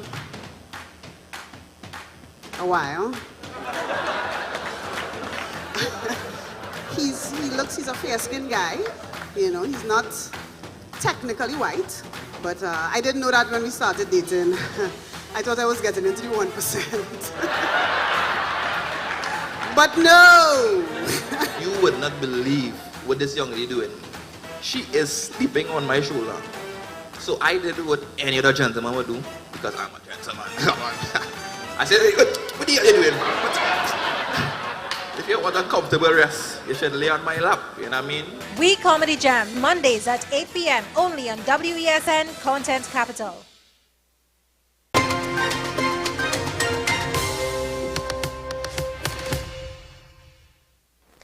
Welcome back to the program. This is a discussion post the budget presentation earlier today by the Minister of Finance, Colum Imbe. We're talking with Mr. Conrad Enel, Dr. Valmiki Arjun. Karen Yunus-Teixeira has left us on schedule. We're still here with us, Kemuel Pascal and Timothy Hamill-Smith. Let's come to you, Mr. Aboud. Thanks for coming on. Is there a point at which you prefer to join the discussion? Is there something that sticks out from the presentation this afternoon that you think is it's absolutely important to get out as we begin this discussion? Well, I have not been privy to the conversations which you have had with all of your other guests. Yeah, no, I'm talking about the budget presentation itself, what you heard and you know, what sticks out with you that you think requires an opening statement. An opening statement is that we are in for much more of the same. There isn't going to be any change in the current conditions that we are experiencing or in the overall quality of life of the citizens. Perhaps there is going to be more pressure on the cost of living or more pressure on the price structure in the country. And there's no transformation taking place. I mean, I am not complaining about this particular minister or any minister in particular. They all do the same thing. We had previously a minister, Mr. Hawaii, who had the courage to admit that a budget is a political document before it becomes an economic document. And therefore, you know, the government is trying its best to balance the act and to trade off between its need for more and more money to spend and its need to try and, you know, create some sort of placid environment among the electorate and the people. There is no change, I mean, in this. They're talking about the price of a ticket to Tobago. When I was a young boy, I remember we used to huddle around the radio to hear what was going to be the price of cigarettes at the end of the budget that was being read in those days. And it's the same story now. You know, it's unimaginative from the point of view of how you run a modern economy to create competitive structures in your economy to give us a chance to fare well in the world. Everything is inefficient. The tourism business is on its knees. You know, we're spending billions of dollars to build airports without spending a penny to create efficiency within the society that would bring more people here, to create a safe environment that would make people feel safe to come here. A new airport isn't going to make anybody feel safe. And I'm not saying that they didn't need an upgrade of the airport, but you know, you want to take $1 billion extra from the public in gas prices, and you're spending more than $1 billion on a new airport when you could have maybe spent 100 or 150 million and upgraded the airport. You know, I don't want to labor any too many points, but it's really a repetitive story. The people from Tobago come and they complain that they are not getting the allocation they want, without anyone in the country having the courage to say that all of that money that they are being given is in addition to the fact that Trinidad is paying for the ferry, Trinidad is paying the police officers, Trinidad is running the health services, Trinidad is paying the TNTech workers and doing all the rest of the work, and you still can't be happy with close to $3 billion. And you come now to cry and complain that you have been cut short. It's like a charade. And the whole budget, in a sense, is a repetition of the budgets that Dr. Williams used to read. You know, this is what we're going to do to raise this money. And we are very concerned about, you know, the dispossessed, and therefore we are going to give them something extra next year. Instead of giving them something extra, why don't you allow the economy to ventilate itself and to operate and to perform so that they could find gainful employment in a sustainable business environment? You know, you have to ask yourself, and Mr. Ember didn't refer to it at all, you have to ask yourself, Andy, and all your other esteemed guests, why is the cash balances in all of the major commercial banks increasing on a monthly basis? There's more cash in the banks now that is unused and unlendable. Nobody wants to borrow it. In the banks than ever, the investment levels are low. So all of those are my thoughts. I mean, nothing too controversial, really. Yes. In the comments that it's just the same story over and over. After 60 years of independence, we can't refashion or remake the economy to make it perform, to guarantee that surgeries could be done more quickly, or that at least 20 or 30 or 40% of the criminals could be caught, or that more than what was the percentage of students who fail the SEA exam? It's at the highest rate it's ever been. How do you improve that? How do you improve the pass rate at CXC? And what do you do about the education system, which is really the greatest weapon against poverty that we have, is education? And how do you improve that performance apart from saying that you gave them $6 billion or $5 billion? No, there's a lot there for some of the people around you to take off and comment on. Timothy Hamilton? Yeah, well, I think the point is made. I mean, I hear some people saying, well, the minister is doing well to tread water, to at least keep us where we are, and that, in one sense, stops people from protesting on the streets, and therefore he's succeeded in what he wants to achieve.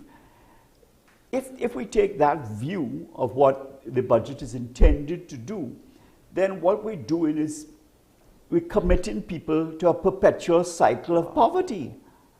And therefore, I think Mr. Aboud makes a point. What about transforming the economy so that we have a vibrant, sustainable economy that creates good jobs, meaningful jobs that pay well?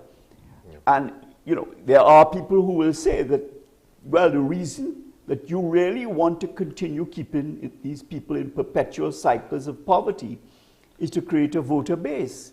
And that's a horrendous system to create so that you can remain or get into power based on keeping people rather than uplifting them to keep them within that cycle. Does that follow natural logic though? Because if people are made to be better off and less dependent and so on, wouldn't they reward the people who do that with their support?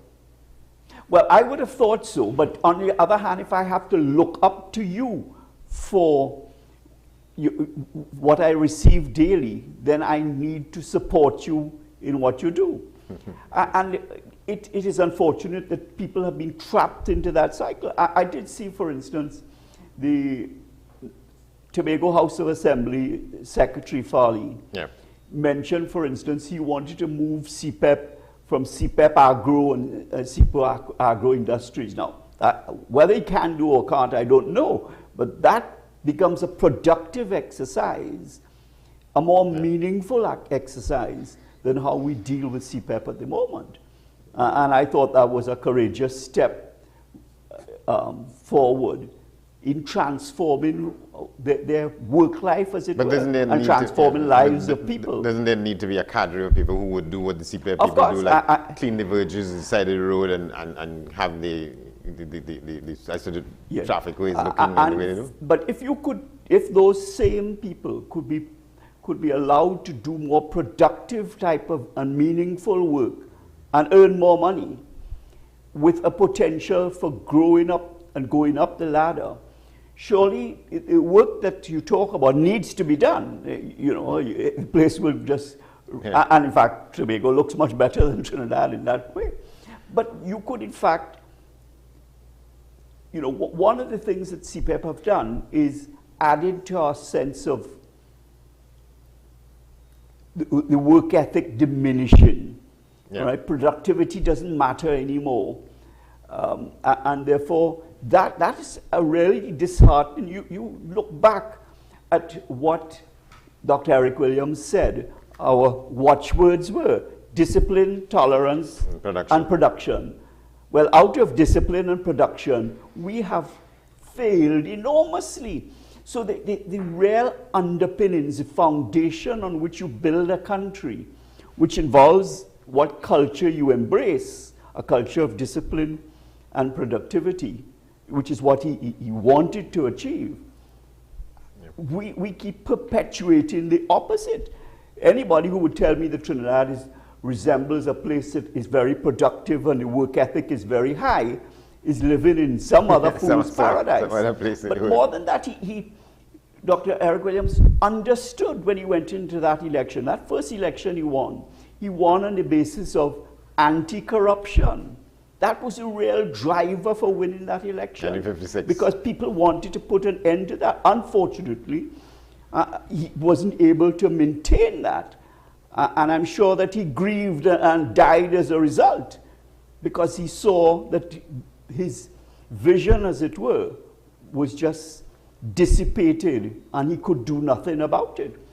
And therefore, to correct the problems that we have to tackle it at the very foundation in terms of corruption and in terms of productivity and discipline. And without that, we're not going anywhere. All these plans will not translate into anything. And budgets themselves, in and of themselves, aren't sort of structured to do that kind of thing. But Camille, Pascal, you're going to say something? I would say this. Well said by both gentlemen, both Mr. Aboud and Mr. Hamel-Smith. And the thing about it is that we have continuously commended the Minister of Finance for keeping the economy afloat, as Mr. Hamel-Smith put it, being able to tread water. But when you look at that aspect of being able to transform the economy, to grow certain sectors, to go into new sectors, to get people into productive sectors, to meaningful sectors, that's the area we lack in.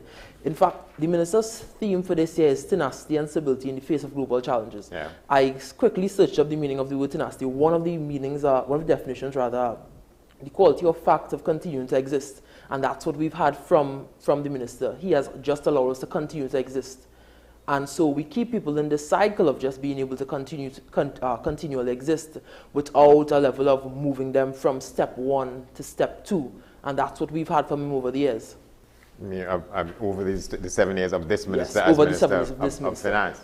All right, Conrad, and your thoughts on some of what we would heard from Mr. Abuda? So, Gregory, good night. How are you doing? Yes, thank you. Good evening. Yeah, let me just put some context into some of the frustrations that you have expressed, because I understand the frustrations, but let me explain the problem, and Val, jump in at any point in time.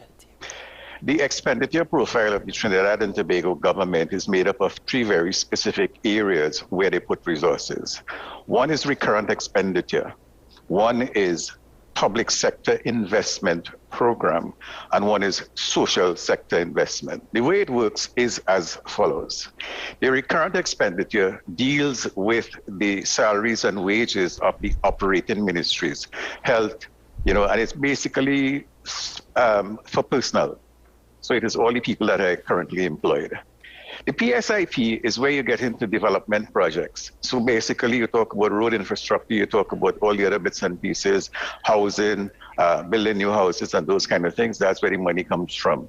And of course, the social sector is the problem that we are not looking at, because quite frankly, just by the passage of years, anybody who has looked at the last actuarial review understands that for the next 20 years, the pension population in this country is growing by about 60 or 70,000 people, which means that the government, by virtue of its policy, has to find money to support that. When you look at these 3 specific areas, it doesn't matter, Gregory, if you become the finance minister tomorrow morning.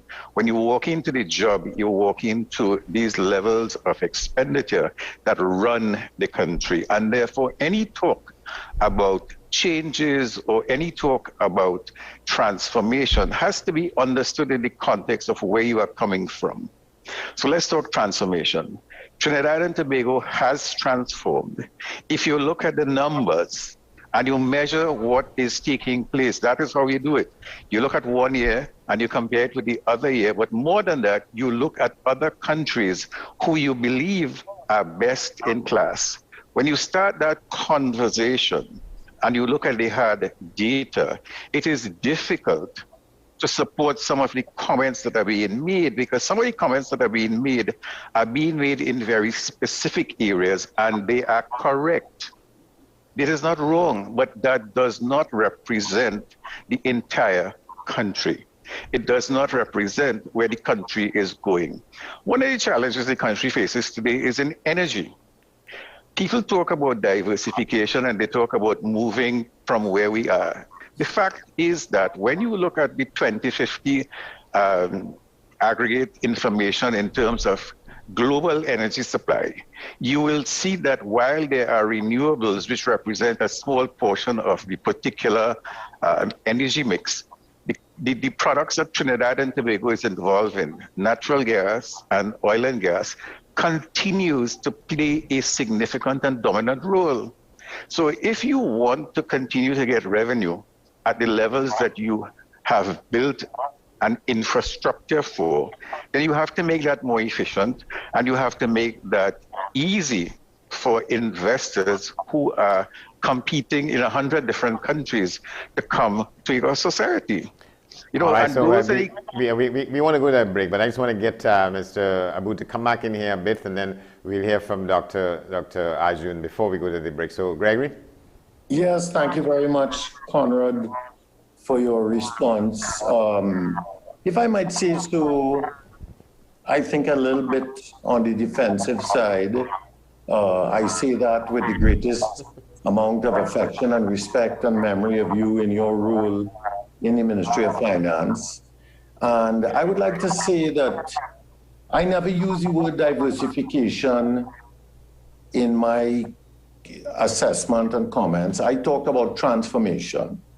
I talked about the fact, Conrad, that a FedEx or DHL parcel takes 3 days, 72 hours, to come 4,900 miles from Shanghai to Port of Spain, and then it takes 4 days to come from Piarco to town. That is what I am talking about. I'm talking about transforming the utter inefficiency. The utter inefficiency. I'm talking about writing letters to ministries and to state offices and the like, and not getting a reply for 2, 3 weeks, 4 weeks, 5 weeks, and 8 weeks, and nobody came to the office, and COVID and this and that. The country is extremely inefficient, Conrad. And in order, the minister was talking today about raising the price of the ticket between Trinidad and Tobago. Not only should the government not be involved in running an airline or in running a service between Trinidad and Tobago, and stop, don't get too excited about wanting to remind me that the subsidy for the air and sea bridge is what has kept Tobago vibrant and created investment over there. In addition to that, we also give Tobago $3 billion and more per year. So if you were to create an independent system in which, you know, independent operators could run the air bridge and the sea bridge as they do in Dominica and in Guadeloupe and in Antigua and St. Martin and all the other places that run ferries and bridges, if you were to do that, you would relieve the government of that huge burden, that huge cost, and you would know that that would be efficient, and you wouldn't have breakdowns, and you wouldn't have difficulties and delays. And that sort of system, you could parlay that into the healthcare. You could use a management mechanism to. Question, Gregory. What would you do with the What would you do with the price of the product? Are you going to go market price or subsidy? Well, no, I would go market price because. Okay, all right. Okay. People have become. Understood. And you know why I would not have interfered with the subsidy was in the fuel price. I would not have been taking another $1 billion from the public in that fuel price, right? And then turning around and giving $3 billion to Tobago and $5.8 billion to social welfare. Did you hear the list of social welfare? And you talk, Andy, about somebody has to clean the verge, and that's why CPEP is necessary. For $800 million, do you have any idea how much other money is being spent, as Conrad mentioned in his preamble, about recurrent expenditure in what used to be known as county council and now known as regional corporation and so on? All of that money being spent there is supposed to clean those verges. And as an earlier speaker was alluding to, there could be an agricultural program in which you could reward people who are participating in the program on the basis of performance and buy the produce from them at an enhanced price, which is another way of subsidizing them, but creating well-being for the society. All of this is what you call re-engineering and staffing or transforming a society. All right, I want to ask you that. I want to ask you to hold the point again because we need to take a break. But I want to hear from Dr. Arjun. How do you weigh in on this bit of the discussion, sir? So, just to add to what Mr. NL would have indicated just now, you see, countries, the expenditure is divided into different compositions, into a litany of compositions, right? But developing countries like ours, time after time, government after government, what we tend to do is, and during times of an economic downturn, they find it easier to cut capital expenditure, which is ironically the most productive aspect of government expenditure. Because during times of plenty, we tend to pay more attention to political patronage. Political patronage trumps economic expediency any day in economies like ours. So then when times get really difficult and we realize, okay, well, we can't afford to upkeep this level of spending, it becomes really difficult to cut that recurrent expenditure, because that means you're going to have to look at cutting certain certain important grants like the old age pension and the certain disability grants and whatnot. So instead of doing that, one of the very first things that can be cut is capital expenditure, which, as I mentioned, is actually the most constructive aspect of government spending. In fact, when we look at the data, we would have spent about, in transfers and subsidies alone over the last 10 years, $283 billion in capex, in transfers and subsidies. And out of that $283 billion, 83 billion in the last 10 years was allocated to the state enterprises and statutory boards, right? Transfers to state enterprises and statutory boards. But you have to ask yourselves that given that over the last decade, 283 billion in transfers and subsidies, this kind of counterintuitive when we earned less in energy revenues in that period. In that period, we would have earned about 146 billion. So that's a difference of 158 billion.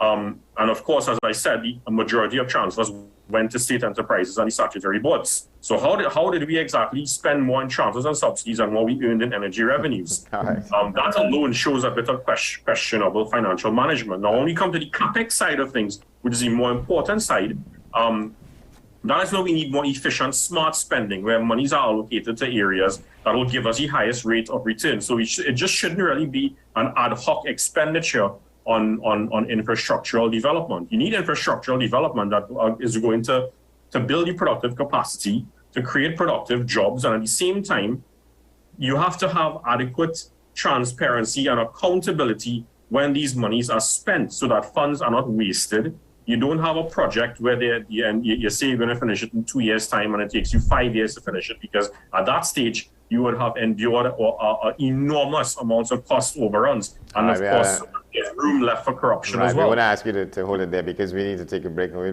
be back in a moment. When we come back, we should be joined by Anita Haynes. She's the Shadow Minister of Education in the opposition. Stay with us. This is post-budget discussion here on WESN.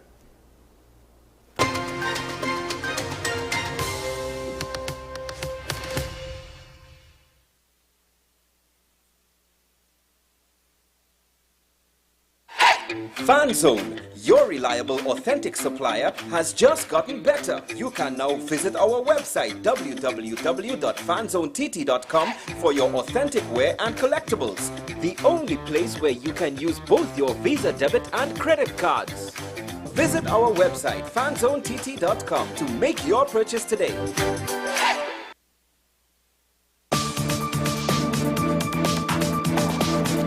I am Rondell Donowa, attorney at law and host of Strictly Legal on WESN Content Capital. Strictly Legal is a legal program geared towards informing you, the public, of your legal rights, responsibilities, and remedies. So be viewing Thursdays 10 a.m. to 10:30 a.m. The best laptops and tablets are at dbesttoys.com. Get a Gateway 14.1-inch Ultra Slim notebook or an HP 14-inch laptop at the best prices in TNT. Get the Fire 7 tablet for $474. You can also shop the latest Amazon Fire Sticks. Call now at 32-DBEST to order or visit us in-store at Forces flagship Mac Bean. Shop online now at dbesttoys.com. Free delivery available throughout Trinidad and Tobago. Cash or links on delivery.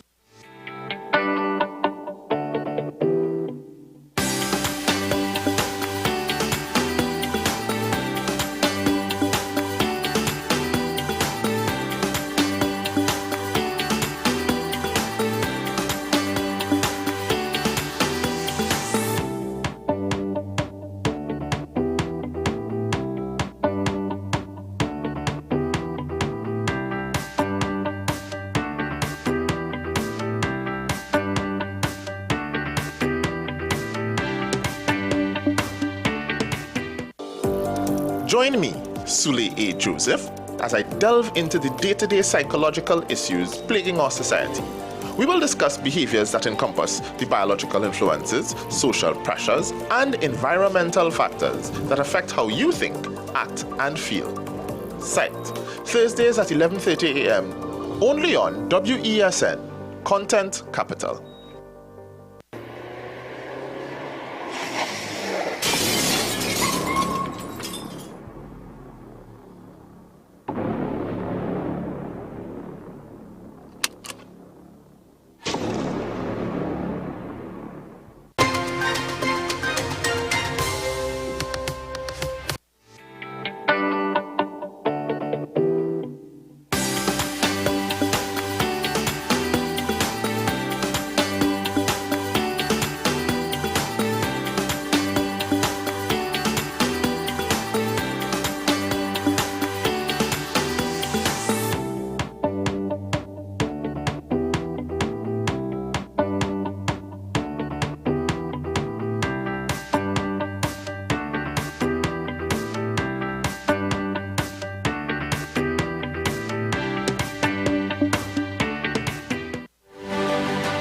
AM Prime on WESN, the only place from 6 to 7:30 a.m. where you can get the most analytical and thorough interviews and regional reports. The Barbados Labour Party, led by the Prime Minister Mia Amor-Motley, once again able to achieve a clean sweep in yesterday's general election. I think a lot of people have underestimated the power of Tobago nationalism.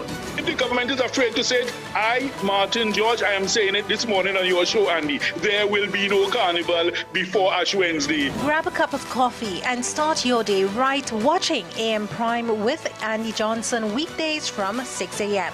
only on your content capital, WESN. Let your voice be heard. Call Madam Fix It on WESN, the only place that effectively helps you with your woes. Having problems getting onto government agencies, water woes, NIS and pension problems, potholes, and much, much more. Call me, Madam Fix It, every Monday, Wednesday, and Friday, right here on WESN. Let me fix it for you.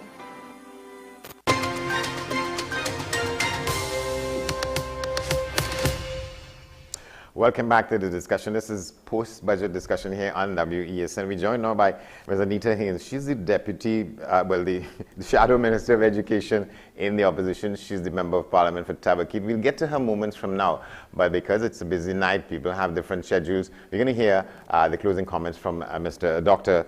Valmiki Arjun, and then from former Minister Conrad Enel. Still with us in the Zoom, Gregory Aboud, the president of the Downtown Merchants Association, Owners and Merchants Association in Port-au-Prince. So let's get to you, Dr. Arjun.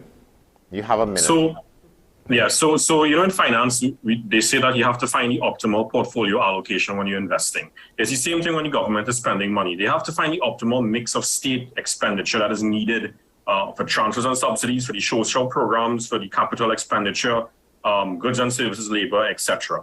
Now, in this budget, the minister seemed to place more emphasis, which I thought was a good thing, on additional capital expenditure with an allocation of $6 billion, over $6 billion, which was about twice the amount of what was spent on CapEx back in 2020.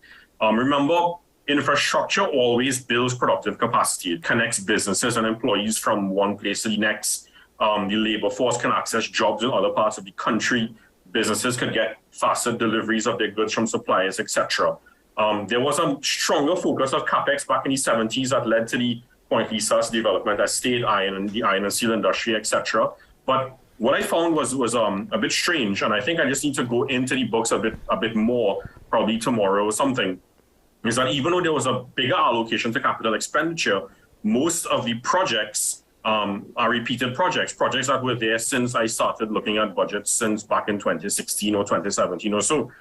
You have here the various highways, Churchill-Roosevelt Highway extension to Manzanilla, Valencia to Toco Road, the Solomon Hochoy Highway extension to Point Fortin. A lot of these were there since 2016, the Moruga Fishing Port and of course the Toco Port, which came in 2018. And yes, while we did have a pandemic for 2 years, what about before then? And even some capital expenditure, some construction activities was in fact going on during the pandemic. So I just want to end with a word of caution. Capital expenditure, being the most productive expenditure, is also rife with opportunities for corruption. And we have not gotten anywhere close to finalizing stringent procurement legislation in this economy, procurement standards in this economy. So a word of caution, when we're spending this money and engaging in these projects, be very careful that there's no lack of transparency and accountability that will lead to overspending, that will lead to some contractors, as usual, having an advantage over other contractors, and that the projects must be completed on time. Because when they roll over year after year on the books, the cost is going to build up. It's going to give opportunity for contractors to over-invoice, and it will take us much longer for us to enjoy the real economic benefits and the growth opportunities that this heightened infrastructure really has to offer. All right, thank you very much. Our profound thanks to you, sir, Dr. Valmiki Arjun. We're going to get some exit comments now from our former minister. Thank you very much. It's been a pleasure. From you, Mr. Enel. Andy, I just wanted to make two comments, really, and it has to do with energy. There is a window of opportunity within energy where a lot of what we have to do insofar as traditional energy is concerned need to happen, because there are some deadlines, deep deadlines, where countries are going to be evaluated on the basis of their readiness for the transition into the green economy. Trinidad and Tobago is going to be affected by that. So, for example, while we have high prices now, in certain jurisdictions around the world, if you are not green or going green, you will not be able to get into that market, and therefore there is going to have to be some capital expenditure in the energy sector to prepare it for a world that is changing. While the current world that you have, you need to get more efficient and you need to do things differently. That's new. Within this next 5 to 10 years. That is new, and that is global in its scope, and it has implications for access to financing, for investment, and for players who may want to do business in various jurisdictions. My comment, therefore, is the world has gotten a much more difficult place to manage in the future, and we're going to have to do a lot more in terms of innovation and speed.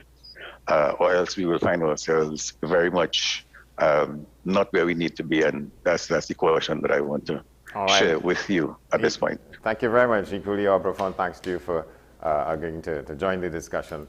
Former Government Minister Conrad Enel, now the country's High Commissioner in Guyana. He was speaking to us from Georgetown, Guyana. Enter Anita Haynes. Is there a point you want to enter the discussion about your sort of off the top? I thought you were going to let me make my exit comment. Well, you want to do it now? I would. I appreciate. And then you could have all the time to yourself, and I could get off to do the other things. All right. So go ahead.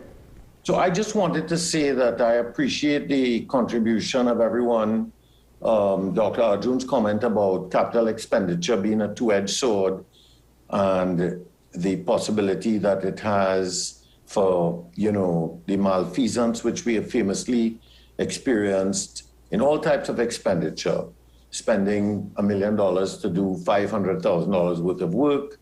And this is equal across all the governments and regimes that have been in office. But I just wanted to say, to leave you with some thought about why I was talking in such broad terms and not trying to speak about specifics about the increase in this cost and the increase in that ticket and so on.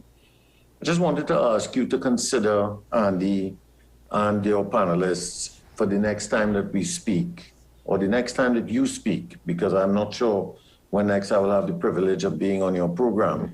But let me say this. We spent famously, I don't know how many $100 million on patrol boats for the Coast Guard. And yet, Andy, we are seeing more high-powered guns and more contraband and more illegal immigrants and more human trafficking that we've ever seen. In addition to which, we've had a record number of attacks by pirates and piracy taking place in the Gulf of Paria, which is where the Coast Guard are stationed. So when we talk about transformation, because I never spoke about diversification, because that's not happening either. But when we speak about transformation, what I was trying to point to was the fact that we haven't found a way to make ourselves efficient. And even the massive expenditures that we commit to buying new equipment and building new airports and doing all the things that we do that cost hundreds of millions and billions and so on. Despite all of that, we haven't been able to improve the outcome. It is that transformation that I am speaking about, creating a management model for the country that guarantees that performance is recognized and that the country will receive performance and that the citizens will enjoy a higher quality of life in education, in transportation, in healthcare, and in all the rest of it. This was the central focus of my thesis. This is the point I was trying to make. And I hope that it will stimulate some further thought and discussion. And I thank you, Andy, for having invited me to be on your program. Yes, indeed. Thank you very much. Thank you. We will continue discussions such as this. All right. So, yes, so is there, to what extent any of that resembles what you have in your mind about what you heard today? It could be a very good starting point. I sat there for 4 hours today, and I took a lot of notes, but what really struck me overall with the budget is this sense of dissonance between the government's messaging and the reality that we live in, the existence. I mean, you had Minister Young telling CNN that we live a very good life in Trinidad. That was this year. Things were good here. And then you had the Minister of Finance telling us that we've had 7 difficult years. So which is it?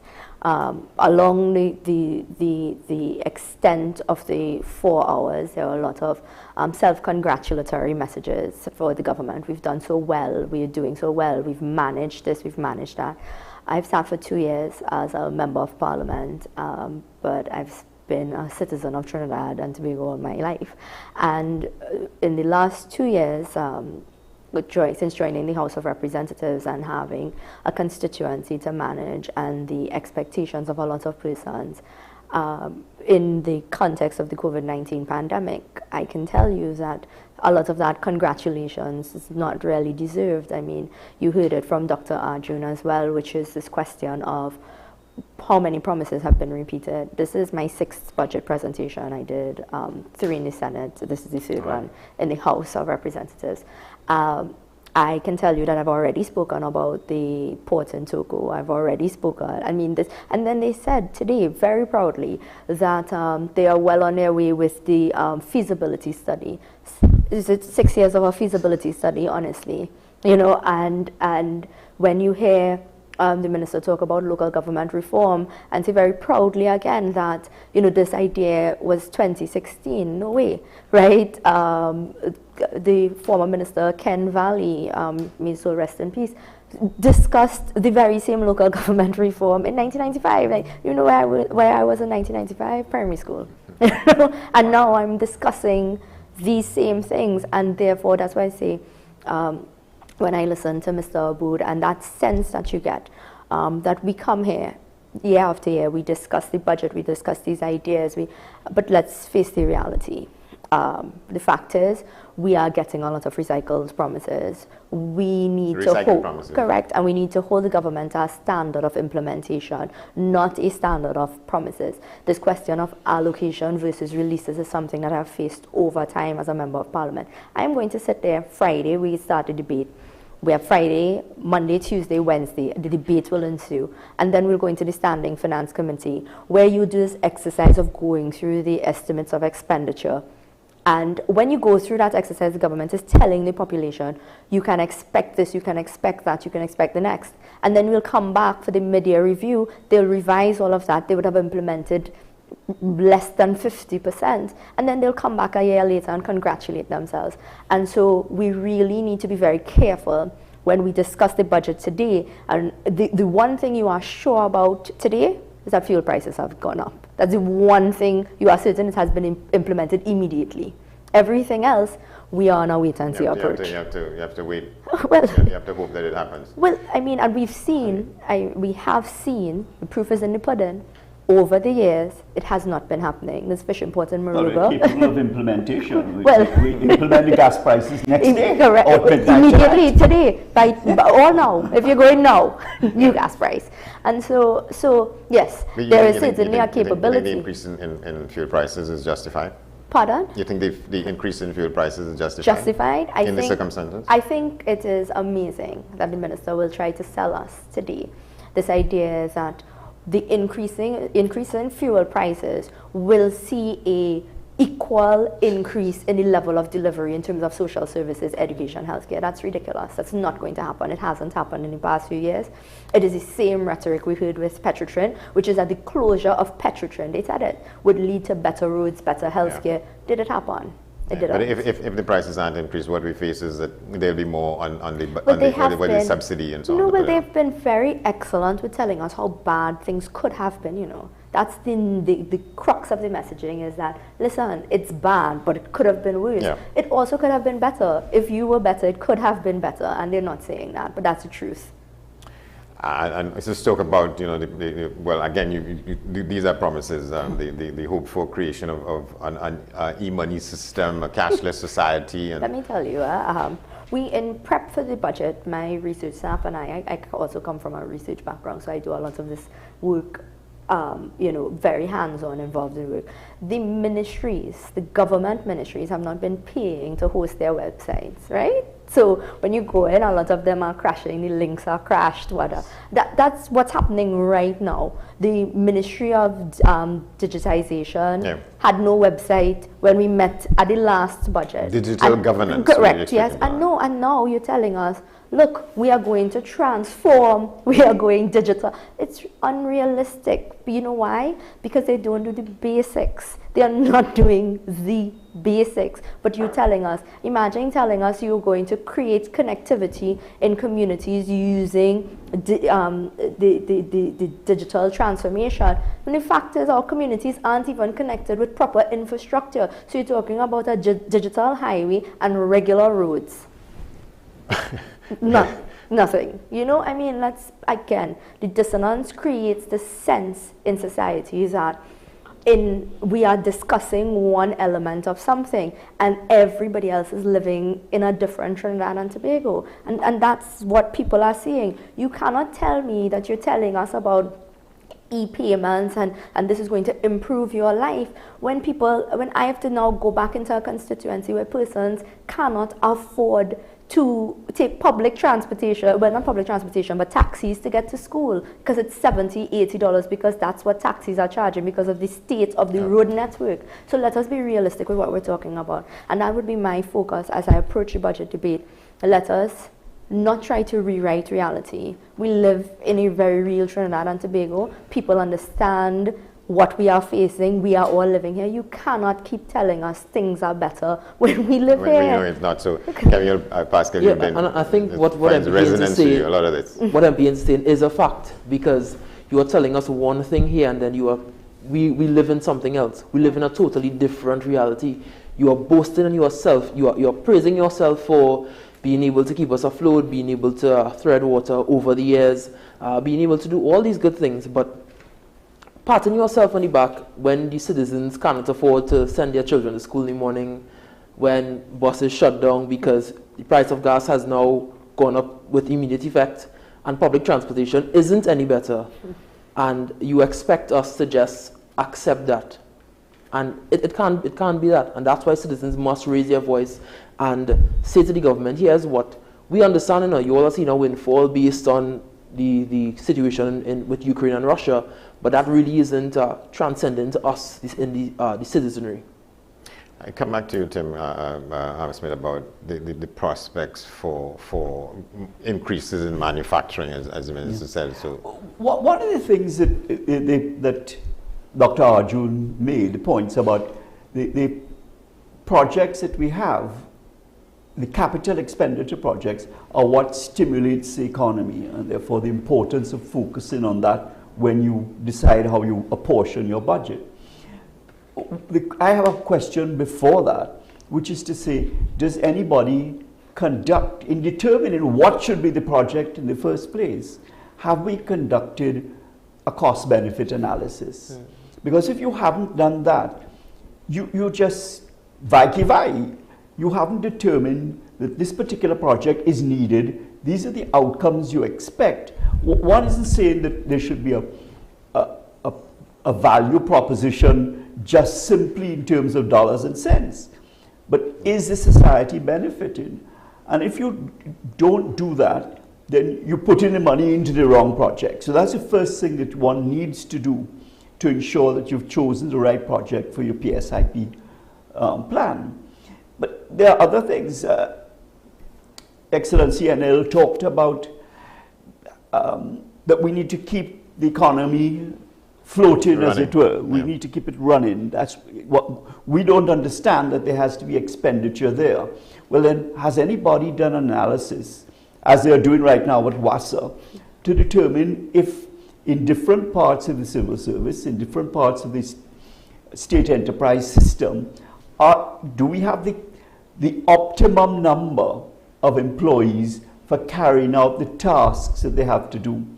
Because if throughout the public service we're facing a WASA situation, then in fact it's not only that it's more costly to run for the state to run its recurrent expenditure, it also means, my experience, is that when you have too many people on the work site, you get less production, not more. Yeah. But more than that, and I was involved in one of the energy companies, ammonia producing companies.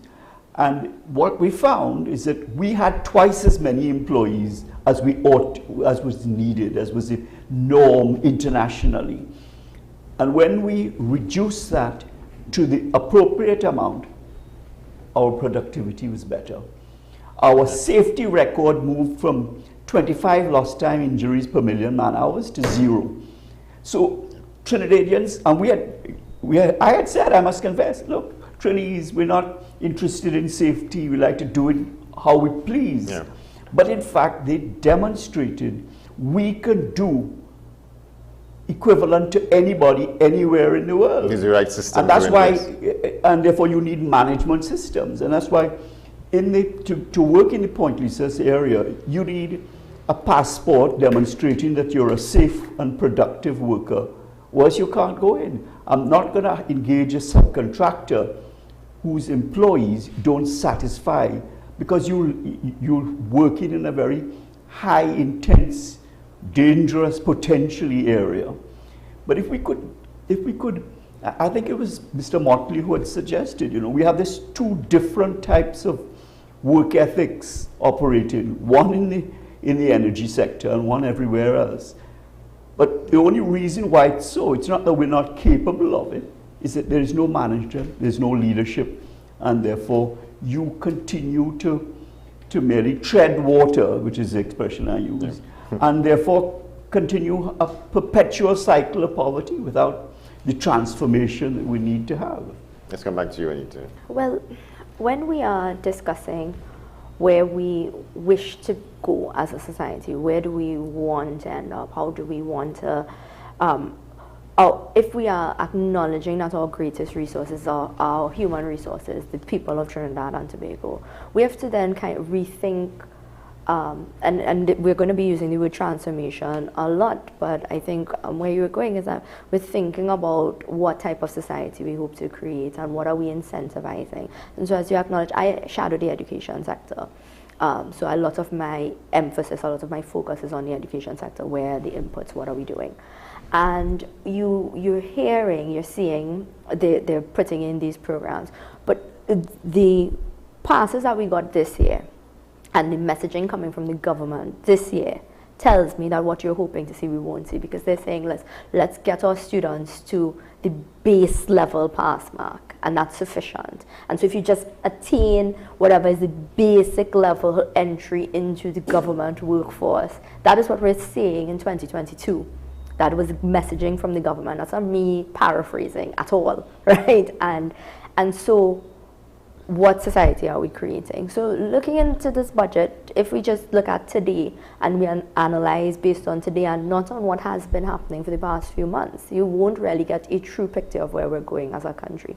The minister spoke today, Minister of Finance brought up the vacation revision program, which was a remedial program, and that they're going to continue to do that without bringing any targets, without bringing in whether or not you are going to accomplish, acknowledging that they did not accomplish with that very same program, they did not accomplish what they set out to do in July and August, but they're going to continue it, which then says what? It tells us that we aren't doing data-driven policy making. We aren't checking any cost-benefit analysis. We're not figuring out where we're trying to go. We just, treading if you water. don't figure out where you want to go, how can your curriculum be focused on the subjects that students should be focusing on to achieve that outcome? Correct. And so yes, you're right. You have to start from the ground up to really transform. But we can do it. Now, what is the basis then on the fact that some people excel regardless of what the circumstances are?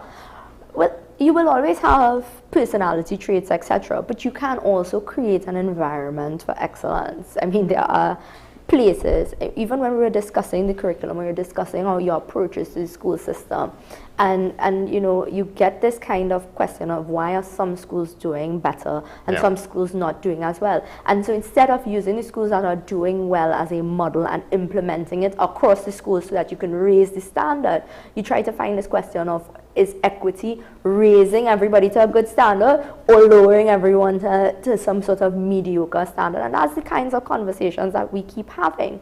And so for me, as a member of parliament, and discussing things like equity in education, I represent a largely rural part of the country. So you're looking at, we have some suburban areas and you have some very rural areas. During the pandemic, I raised over and over, not just learning loss based on not having access to devices, but not having access to connectivity.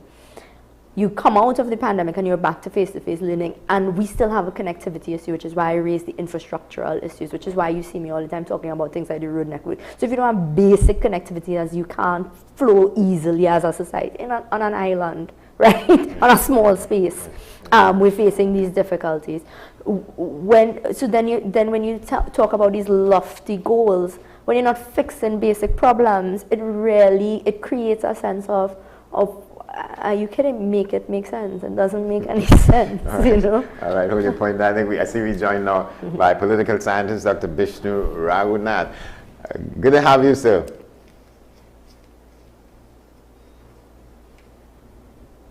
You probably need to unmute your mic. Yes.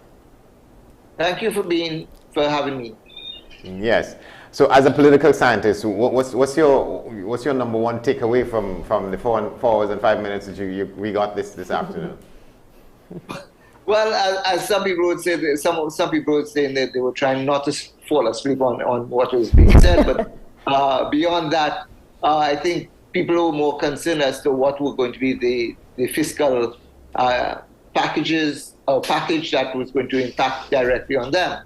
And I am certain that for many people, they are saying that they don't think that this budget was that much in favor of the people but rather in favor of the government per se. And it's all to the benefit of the government at this point in time, not in the interest of the people. What's your distillation of it? So that's how the people feel. How do you feel? Well, basically what I would think is that there are good things in it when we consider the development and the advancement of Trinidad and Tobago as a country. However, what we have to be mindful of is simply the conditions within which people are now living. And in saying that, the conditions in which people are now living, are they able to afford all that is being asked of them as we move forward into the future? So, for instance, we've heard about the increases in the price of fuel. We've heard about the property tax coming on stream and so forth. And these are concerns that people would have as to whether or not they'll be able to manage all of these payments, the utility rates and everything else. Will they be able to manage? And especially so when the government insisted that 4% is all they could offer public officers and public sector workers. So these are real concerns that people will have. My concern here is simply the increase, for instance, in the price of diesel. How will that impact upon the cost of food and so forth? Because transportation is going to go up significantly, and all of these things are going to be impacting upon a population where their salaries and their income, their disposable income, has not been increasing in any way to match what is happening. Already, for instance, with the inflation and especially in food and so forth, I mean, when we check it, it's probably about 30 or 40% higher than it was 3 years ago or 2 years ago. And whether or not people will be able to afford as we go into the future, it is something that, from a political standpoint, will have to be managed carefully as we go forward, because the same supporters of the government who would literally clap for everything that the government would have said, they are the ones who are going to be literally suffering as we move forward. And what do you think is going to be the impact of the increase in transportation costs, where those increases are going to go up? Well, the impact is clearly, it's going to be significant for people. For instance, in fact, to be honest with you, I've just come out of a PTA meeting in a school, and parents were there concerned as to now the price of transportation for their children will go up, and in some instances, parents are already digging very deep into their pockets to pay transportation fees for their children. Will they be able to afford more? And clearly, I don't see the owners of transport saying, well, look, we could keep it or maintain it at the way it was, because we have to pay the extra costs. And not only that, I mean, I expect everything else will rise in price based on the increase in transportation costs as we move forward. So as a political document, you don't think that this will win too many friends who are either on the sidelines or hedging their bets, or not fully in support of the regime? It's not going to convert anybody positively. Definitely, this would not win friends for the government. We've already heard people saying that they were pleading with the government not to raise the price of fuel and so forth. But of course, they have gone ahead with it. But apart from those who were complaining before, we could always say that they were the opposition supporters. But now, however, these increases will impact upon everybody. And that is where the problem arises as to how will it impact, how that impact will be met on both supporters of the government as well as those in opposition. Well, those in opposition have already said they are in opposition. What will happen with those in support of the government? And they may very well now have to reconsider to what extent they are going to continue to want to support the views and the positions and the policies adopted by the government if it is not going to assist them in any way whatsoever. And we now hear that the 4% that is on the table is the best that can be done. So there's going to be no adjustment to that one way or the other. And clearly the Minister of Finance, when he made that statement, he said, well, look, take it to the industrial court. And if the industrial court will ask for an expeditious date in getting that agreement. But I noted, however, there was one other thing that the Minister of Finance said when he made that statement, was that he was checking back pay until June 2023, yes. Which means that there's no intention of having a quick settlement within the next few months. So all those who would be considering, well, look, even if we take the 4%, how soon we will get our back pay and so forth, he's checking out to June 2023. So that means people will still have to wait. Yeah, it said it's going to be about $4.6 billion in back pay. Let me just stay with us, Doctor. Have the government considered any other options? I mean, in terms of the 4% issue, in terms of the back pay component of it, should bonds come into the equation? Should we privatize certain state enterprises and have shares taken up by the civil servants as part of the component? What about, and I think it's something we need. I mentioned to you, of course, the analysis of do we have too many employees and so on. Yeah. But isn't the time ready? And because I don't know anybody who doesn't complain about the lack of service in the public service in Trinidad and Tobago. And therefore, is there a time when you must introduce pay for performance so that you get your basic pay, but this is the outcomes that we want to achieve?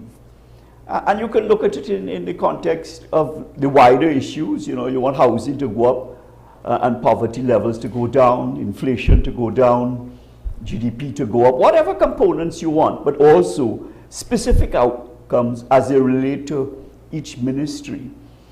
And then at least I, as a member of the public, get better service, hopefully, for the money that has to be paid out. Because there are hard choices that have to be made. I mean, the government are in a hard place. It's no, there's no manna coming from heaven. It's between a rock and a hard place. But have they, in fact, explored alternatives to just finding cash to put out there? Is there an opportunity to say, well, look, people, do you want to take early retirement, voluntary retirement, things like that? I see they're going to move up the retirement age, which is another aspect. But when you have too many employees, and that's why you need to create other elements of the economy which can employ people in good paying jobs, that you can't just remain stagnant, because that, to my mind, is what is being said. We're keeping the ship afloat, and you should be happy with that. Is it your sense that the public service is overstaffed? That's my sense. But you have to carry out analysis. I'm not, I'm in no position to make that. To make a declarative statement, but it's a sense that we have. But these things, you get a sense when you go into public offices, a lot of people just doing nothing. So they're churning paper or whatever it is, but it's not producing outcomes, which is why I like the pay for performance. And in Canada it has worked, in New Zealand, in England, in the local government system it has worked, in Singapore it has worked. There are criteria. Obviously you could jimmy the system, and you need to have tight models to make sure that you get in the outcome that you pay for. Yeah, to do that. Okay, I want to ask you to hold your point. We're going to take a break, and when we come back again, we expect to be joined by our government minister, in the current cabinet, the Minister of Trade and Industry, Paula Gopi-Skun. Stay with us. This is post-budget discussion here on this night that it is, here on WESN. Stay with us.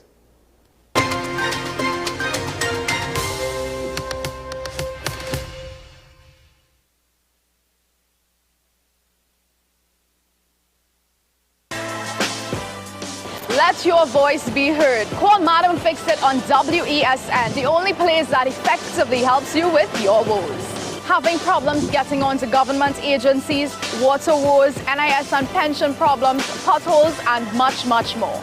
Call me, Madam Fix It, every Monday, Wednesday, and Friday, right here on WESN. Let me fix it for you.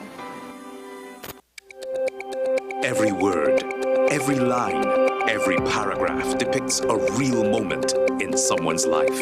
A father, a sister, a mother, a brother. We at Newsday are dedicated to you, the people, and through independent, unwavering journalism, strive to always bring your stories to life. Because your stories are more than just words. Newsday, independent and credible. Join me, Sule A. Joseph, as I delve into the day-to-day psychological issues plaguing our society. We will discuss behaviors that encompass the biological influences, social pressures, and environmental factors that affect how you think, act, and feel. Site, Thursdays at 11:30 a.m., only on WESN, Content Capital. AM Prime on WESN, the only place from 6 to 7:30 a.m. where you can get the most analytical and thorough interviews and regional reports. The Barbados Labour Party, led by the Prime Minister Mia Amor-Motley, once again able to achieve a clean sweep in yesterday's general election. I think a lot of people have underestimated the power of Tobago nationalism. If the government is afraid to say it, I, Martin George, I am saying it this morning on your show, Andy. There will be no carnival before Ash Wednesday. Grab a cup of coffee and start your day right watching AM Prime with Andy Johnson weekdays from 6 a.m. Only on your content capital, WESN.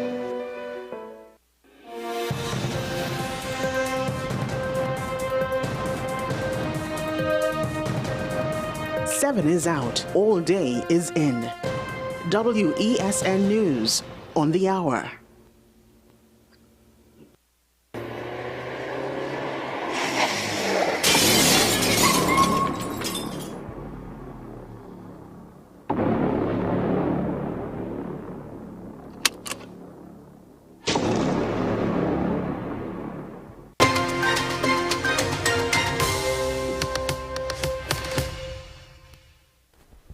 Welcome back to the program. We joined now on the set by Mrs. Paula Gopi-Skoon. She is a former member of the House of Representatives. She's now in the Senate. It's interesting that, and the person sitting next to her is a former senator who's now a member of the House of Representatives. I want to ask, what's the changes there? You know, how do you make the switch? Is there a switch that you make? And still with us in the Zoom is Dr.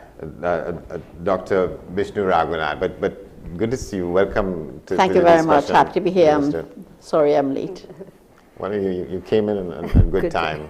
So give us your sense of what you heard today, because I can tell you that the discussion has not been so, I would say, complimentary to the minister and what he presented and so on. Let me just encapsulate a lot of the discussion by who's here and who was here before. That again, it's like a sort of compendium of promises, and we are not known to be fulfilling promises, in a strategic way in Trinidad and Tobago. Lots of things that are said here that they sound positive on paper, but when it comes to for delivery, that's the question, and there's nothing that encourages us, many of us, to see that some of these things will come to fruition. Well, let me tell you something. I don't agree with you. We have come out of a very difficult period in the world. As a matter of fact, it still continues to be a very difficult period. Minister was pointed out. As a matter of fact, when we came into office 7 years ago, we found ourselves in a very difficult economic position. And as we moved along through that period, we were hit with COVID-19, which really threw all economies in the globe into a tailspin. And then subsequently after that, of course, would have been the Russia-Ukraine war, which really affected us inflation-wise and so on. But there was the added benefit of increased energy prices, for which we have gotten some increased revenues, which we put into good use across several different areas in the budget. But generally, I would say that we have done extremely well. When one looks at the fundamentals, we have reduced our deficit. We were projecting a deficit of 9%. We have reduced that to 1.5%. When one looks at the FX cover, we're now at I think about we have 8 months cover as against the norm, which is 3 months. So I think that we're looking good. I mean, I don't have the unemployment figures, but certainly in the budget we mentioned a lot of opportunities for young people, and in training opportunities, first job opportunities as well. And so I think we we spoke a lot about diversification again, which is continuing. I myself feel responsible for the manufacturing sector. We saw that there's a projected 2.5% growth in the manufacturing sector. I can tell you that our food and beverage exports have also increased substantially. And when one looks at the other areas along the diversification spectrum, and one looks at the tourism, you can see the new opportunities in tourism in terms of improved hotel stocks. Right here in Trinidad, with the Bricks Hotel coming on stream, Minister also talked about the Radisson Blue Hotel coming on stream soon as well.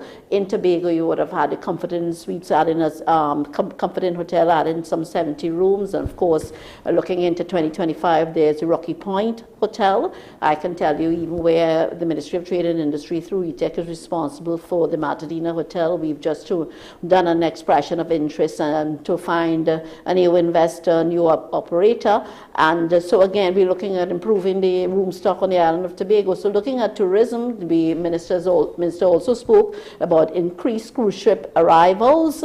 And so I can say that we are on the right trajectory in terms of manufacturing, in terms of tourism. Minister also spoke about the energy sector and the increased activity and also the increased incentives in terms of the PPT and the SPT and so on. And so one is looking forward to increased production, not just necessarily looking at the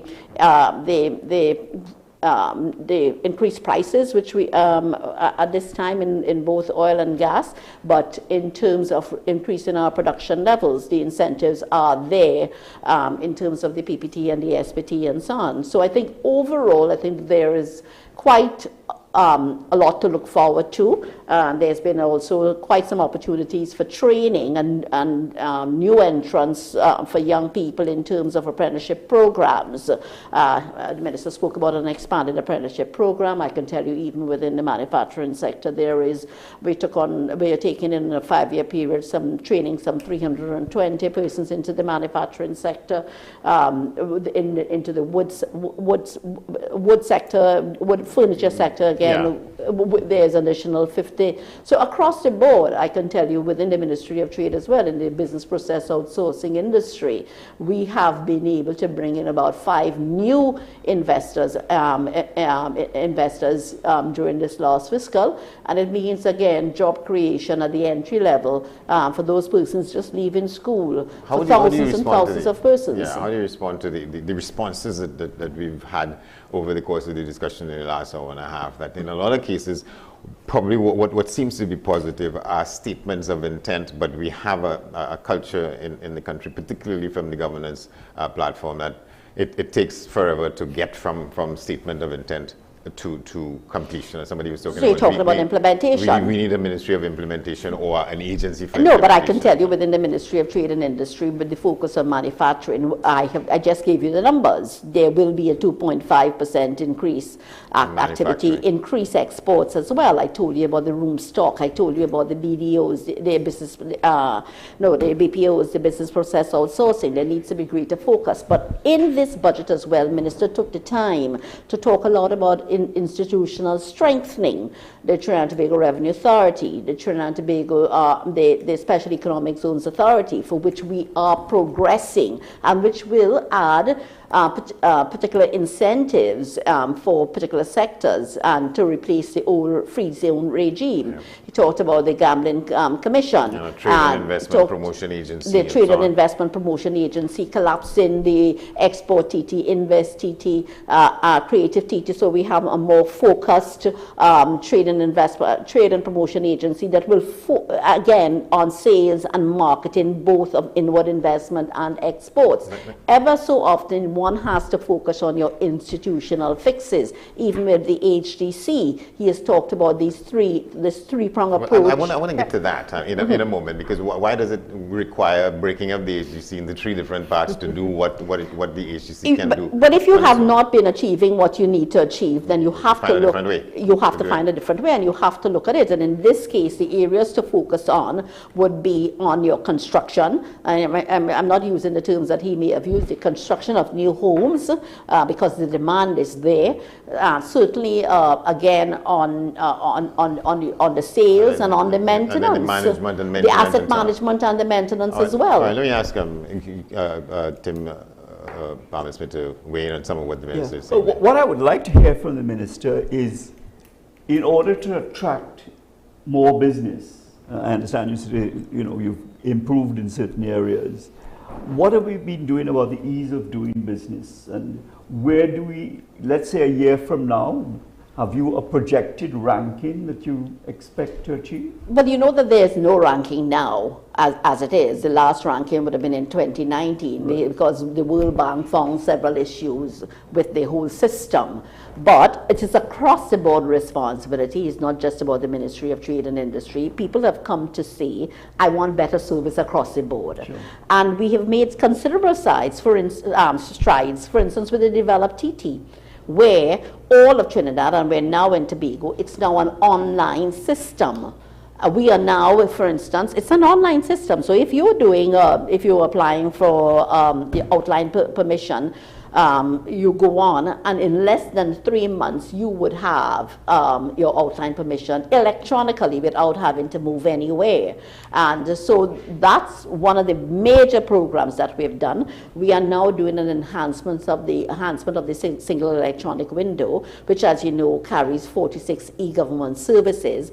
And what we hope to do, what we will do by December, is to ensure that all of those services, some are free, all of those services in there would in fact be accessible online and can be dealt with online as well. So there's many more things that are going on, and I will speak to in the budget in terms of ensuring that we improve the ease of doing business. The AG's office, in terms of starting a business, again has made great strides. I think if you ask me, there are some sticking points, and the cries from the business community would be about customs and so on. So you hear a lot of that, and naturally what we have to work on is the interoperability to ensure that there's that flow between customs and the NAVIS system with the port and the TT BizLink. These are huge projects, so that one cannot expect in one budget to say this, we're going to do this, and then by the next budget. It doesn't happen that way. I want to suggest that this is a semblance of the budget debate happening right here, because I want to ask Anita Haynes to respond to some of what you just heard from the minister. How would you comment? I think I can go back to my opening statement about dissonance on what is said. It's almost like a tale of two Trinidad and Tobago's, right? So you hear from the minister and you hear, okay, these are the things that are improving, etc. And then you hear from the citizenry whether or not their lives are actually improving, and you don't get that. So you can list off what has been added in terms of hotel rooms, etc. And then we live here. Right, we are talking. You heard Dr. Raghunath talk about the concerns of parents with just getting their children to school. You hear from, as I've raised issues, when you're talking about things like increased fuel prices, when you're talking about increased cost of living, etc., it really does appear to be, when you listen to what the government is saying, a tale of two distinct countries. One set where the government is living and where the rest of us are. All right, hold the point. Dr. Raghunath, you want to add to this discussion here based on what you just heard from the minister? Basically, what I would say is that I agree with the minister in that things have been improving in certain ministries, not across the board. And that is one of the concerns that I would have in terms of how we get progress within Trinidad and Tobago. So yes, there have been developments in the Ministry of Trade. Yes, there have been developments with regard to diversification and so forth in the tourism sector and so on. But when it comes back down to the citizens, as Ms. Haynes was saying, we now have to ask the question, how have these things impacted directly on the lives of citizens on a day-to-day basis? Clearly, yes, there's a focus from the Ministry of Trade on the business community and so on, but people want to see that filtering down to their lives. And that, I think, is one of the major concerns I would have with this budget, in that, yes, it has laid out the framework. And I will say this, in the interest of Trinidad and Tobago, some of the measures which have been put into that budget today are what is needed. But the question remains in terms of timing. Is it in the best timing? No, I know that the normal response to it is, when is the best time? And is there ever going to be the best time? But the point about it here is we still have people reeling out of the challenges of the pandemic. We have people who are still unemployed, still trying to make ends meet, and now they are being faced with additional concerns that they have to move forward with. And that is my real concern. So yes, I want to admit immediately that I agree with the minister that there have been a lot of positives in terms of where we need to go and in terms of what the government has been doing in bringing about the required changes for Trinidad and Tobago.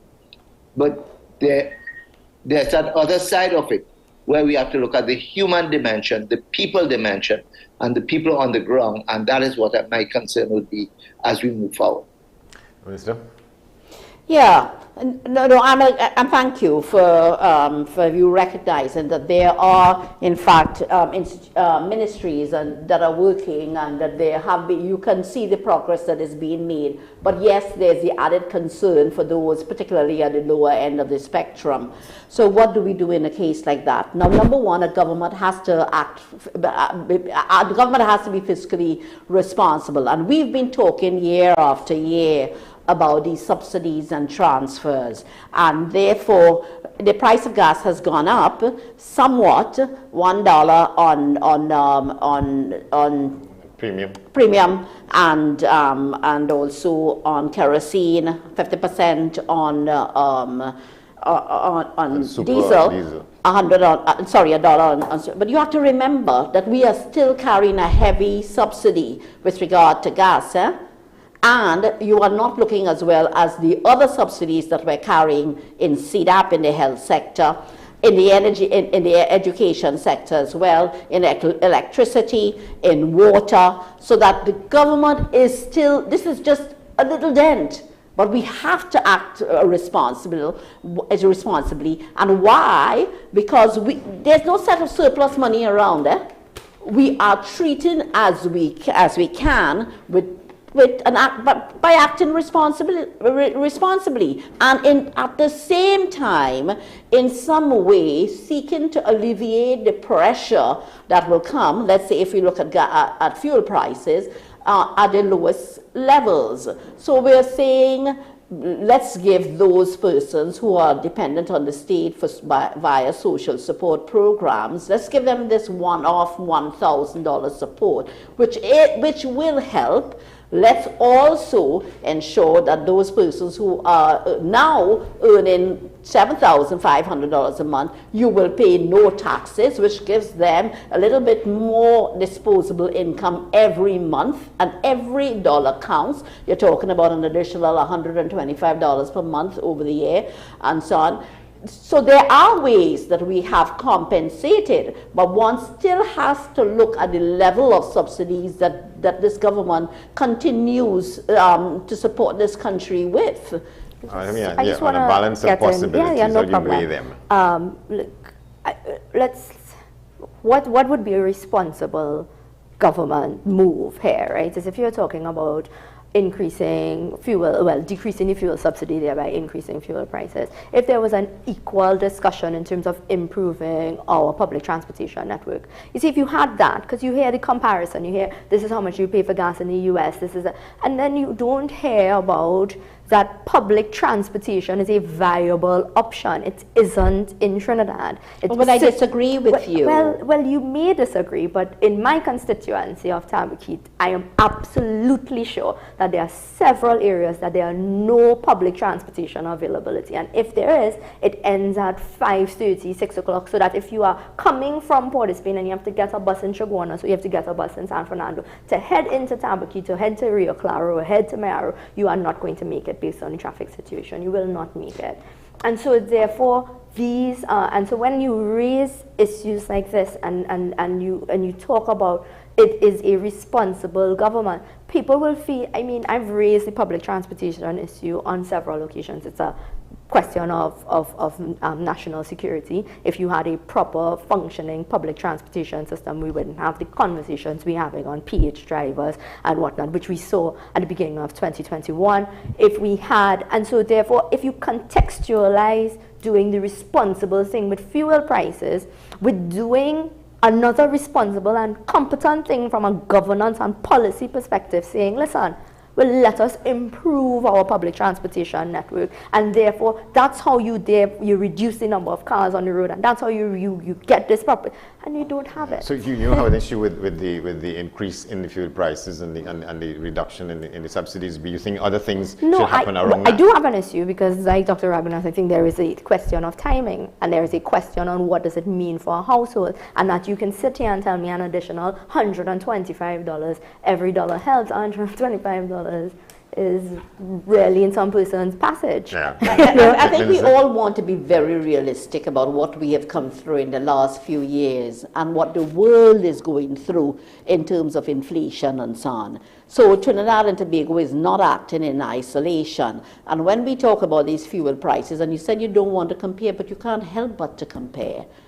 And again, I come back to the point about the enormous subsidies and social support. I think we are, in terms of social support, we spend about $5 billion per annum. Yeah, but what do you make of the fact that in a lot of places, far flung from the sort of administrative and operations centers in the country, Port of Spain and San Fernando and so on, people have a difficulty with accessing public transportation. Right. No, I mean, I'm not able to give you a full, to contribute fully on the whole question of public transportation. And when the minister comes to the budget debate, he will be speaking to the advances being made in the types of buses as well, because you want to ensure that you have efficiency. We would be looking at the cost of public transportation even for the government, so that we would expect Minister to talk about the electric buses that he's thinking of buying, etc., and the improvements being made to ensure that it's an efficient system.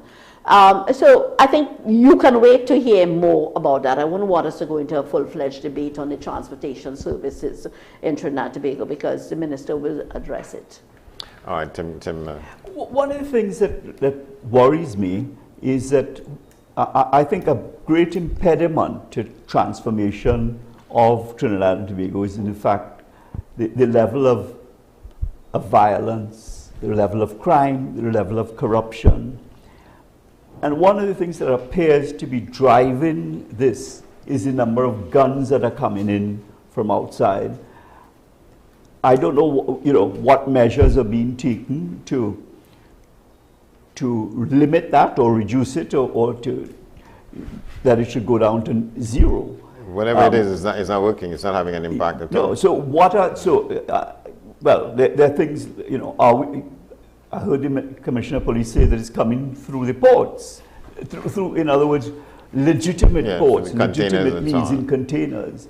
What about the scanners? Why can't we get them to work?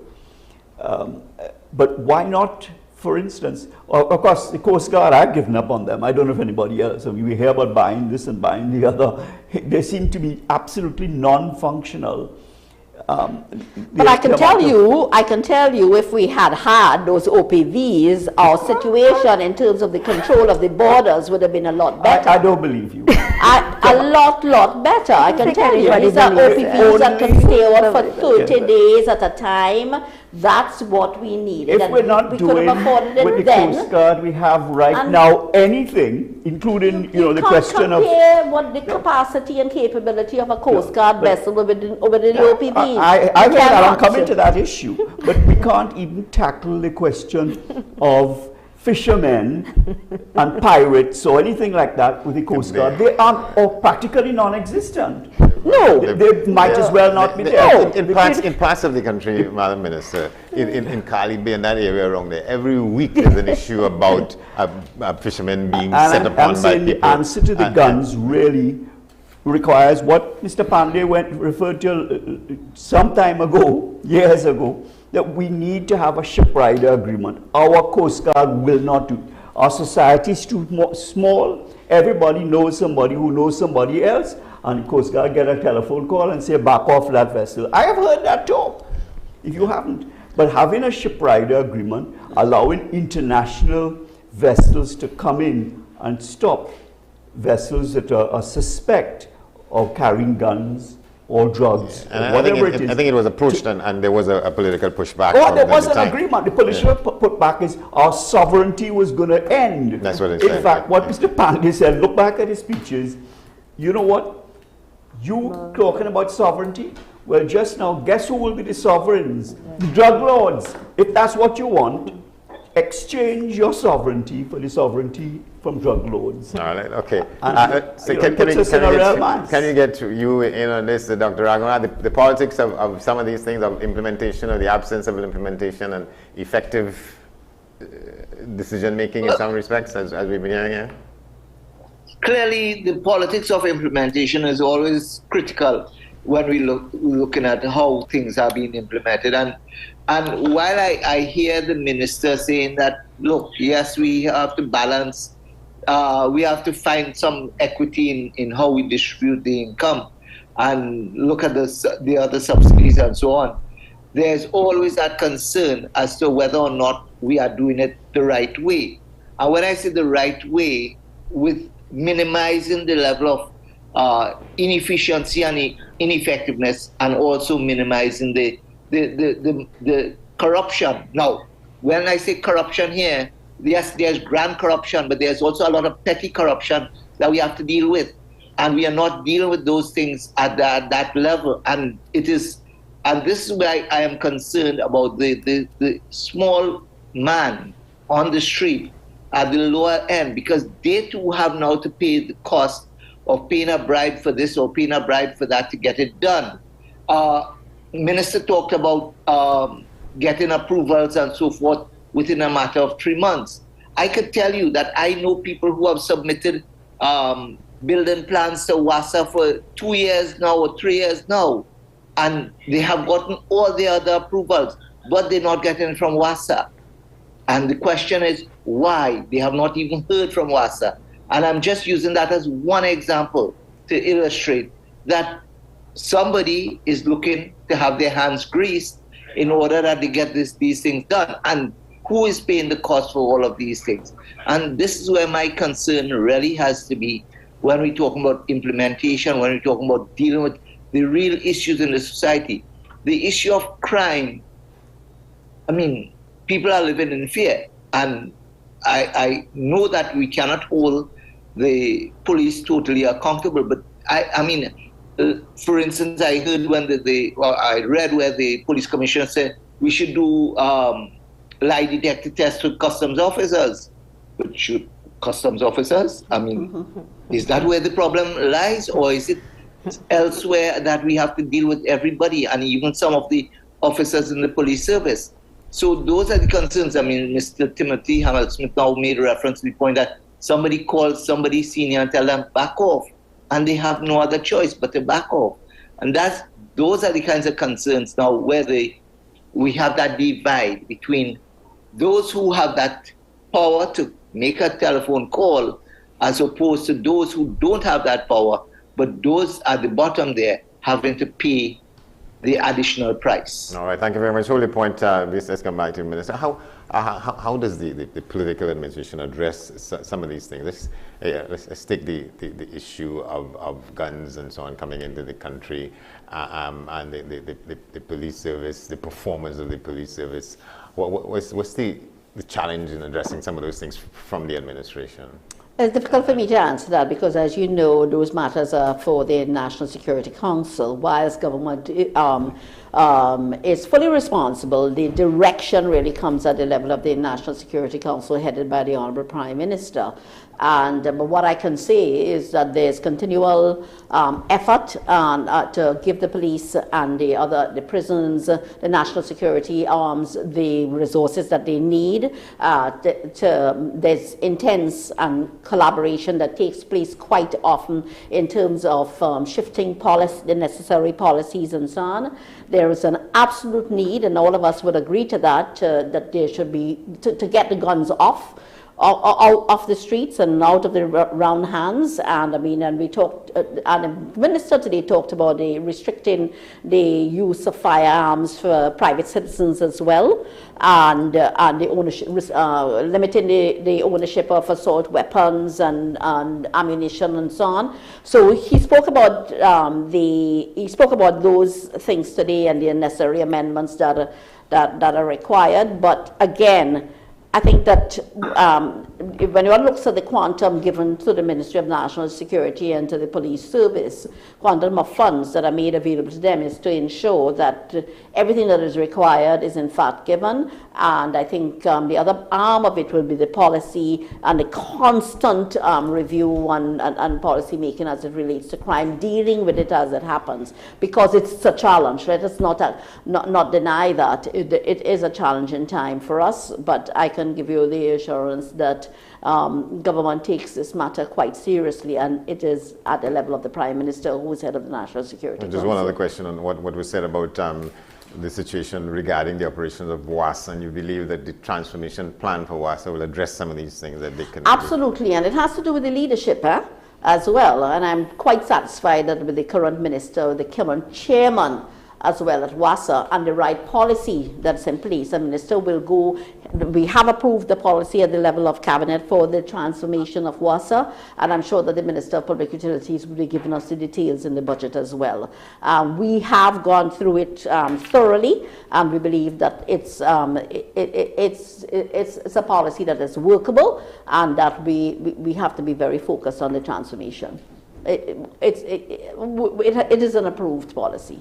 What do you make of the situation as the minister referred to with the increase in activity in the manufacturing sector? That's part of your own portfolio. What do you make of that? That there's an improvement in manufacturing in the country. And there is an improvement in manufacturing because the environment is there, the incentives are there, but of course what do we want? We want to increase contribution to GDP, we want increased employment, because contrary, I mean, when one looks at the energy sector, yes, it provides a significant, it makes a significant contribution to GDP, but it does not employ as many people. So that the manufacturing sector is important in terms of the ability to employ a significant number of persons, but also the ability to export and earn foreign exchange, and also the importance of feeding ourselves, because the food and beverage sector is the one that is doing very well.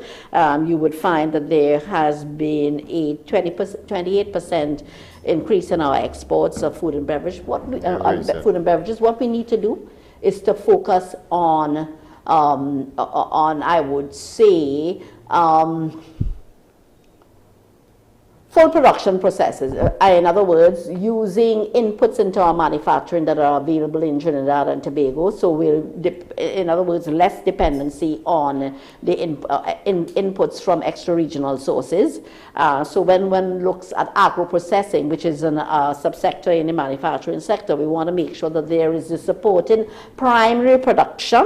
For instance, if I talk about making ketchup, we should certainly not be importing tomato paste from extra-regionally. What we should be doing is growing it, and that 25 by 25 program which CARICOM has agreed on, which all countries in CARICOM are working in tandem with each other, particularly Guyana. It is about increasing primary production, but it's also about increasing primary production as inputs into the manufacturing sector. So we also want to know that there's new products as well, diversified products.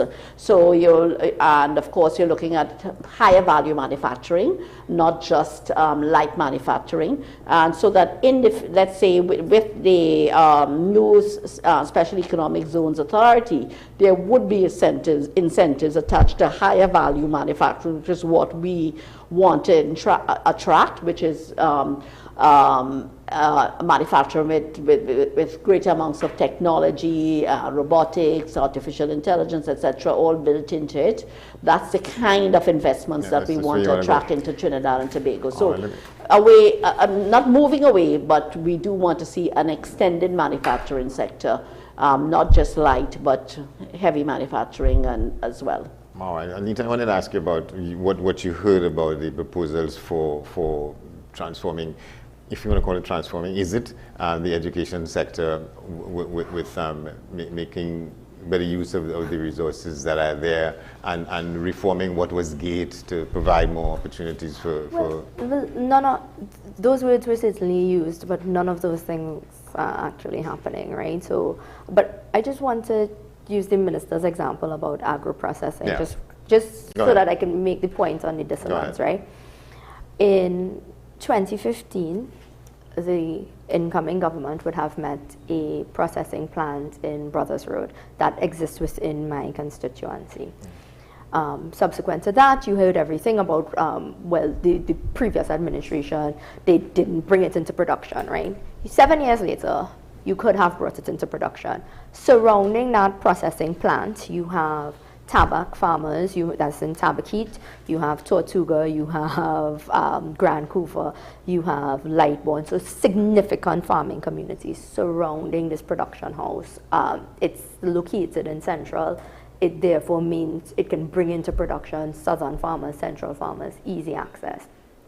Unutilized today, right now, unutilized. But And it's that's what I'm amazing. saying. No, but I say that to say that we can give 1,000,001 excuses about why something was not done, but you won't recognize that you could have done something. So when I hear the concerns about, well, we were doing so well and then there was the pandemic, look, there were things that could have been done, but there were lots of excuses that were made. And now, to get to a specific question on the education sector, it's transformation of GATE. It's not a transformation. The word transformation was used, but let's be realistic. About 5 months ago, I did a press conference discussing this question of why is it when you go into a diploma associate program, so that they're saying that you utilized your GATE allocation, but you didn't get a chance to complete your bachelor's. It was dishonest, right? So persons were going in thinking, okay, this is the beginning and I'm working my way through so that not everyone has the luxury of entering a 4-year program right out of But the A-levels. minister said something today in which you could transition from but that's today, because they created the problem and then presented what they said as a solution, but that used to happen before they changed it. That occurred before they changed it, and then they realized, oh, my bad, change it back, and then presented a solution to a problem that you created.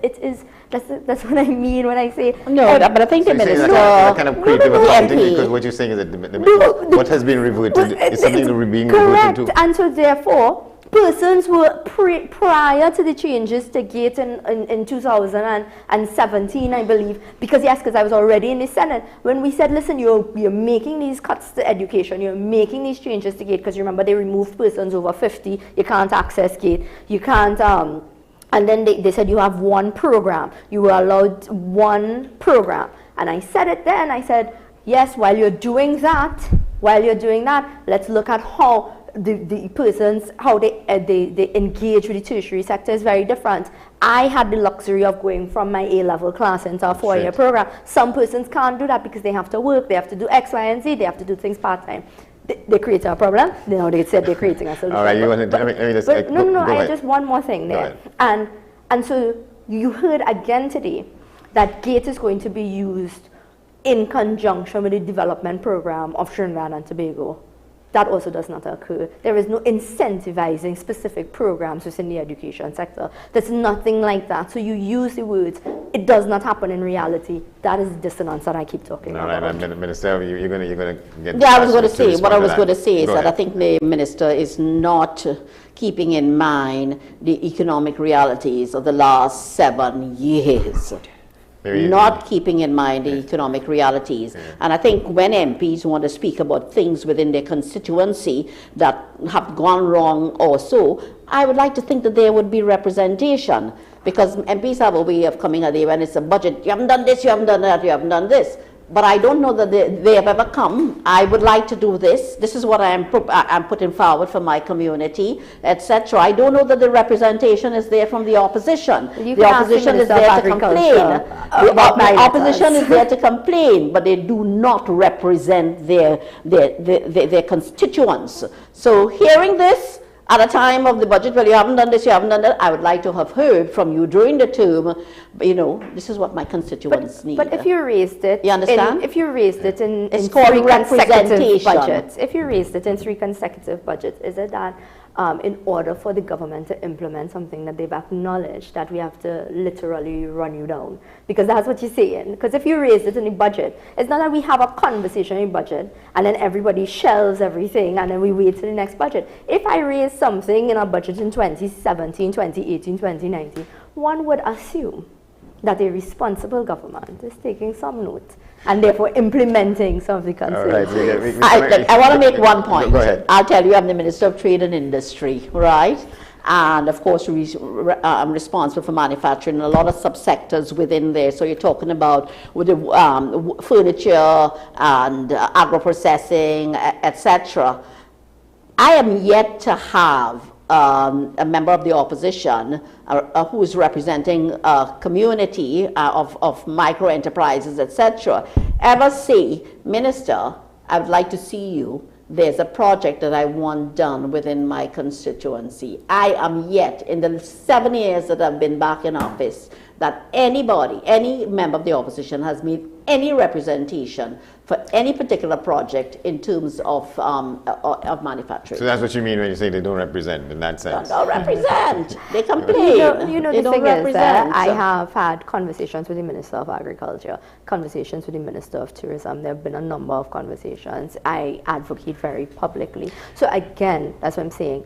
Two realities, two completely different realities, one for them and one for the rest of us. I'm afraid we're going to have to leave it there with spirited discussions down to the end. Well, all thanks to all of you, Karen Nunes Dushera, who was here in the beginning, Timothy Hammersmith still with us, Kemuel Pascal, Dr. Valmiki, Arjun, Mr. Conrad Enel, with us still, Dr. Vishnu Raghunath, Anita Haynes, and the Minister of Trade and Industry, Paula Gopi-Skoon. Thanks for watching. I'm Andy Johnson. We see you around. This has been our discussion on the post-budget presented earlier today in the House of Representatives by the Minister of Finance. This is programming on WESN TV.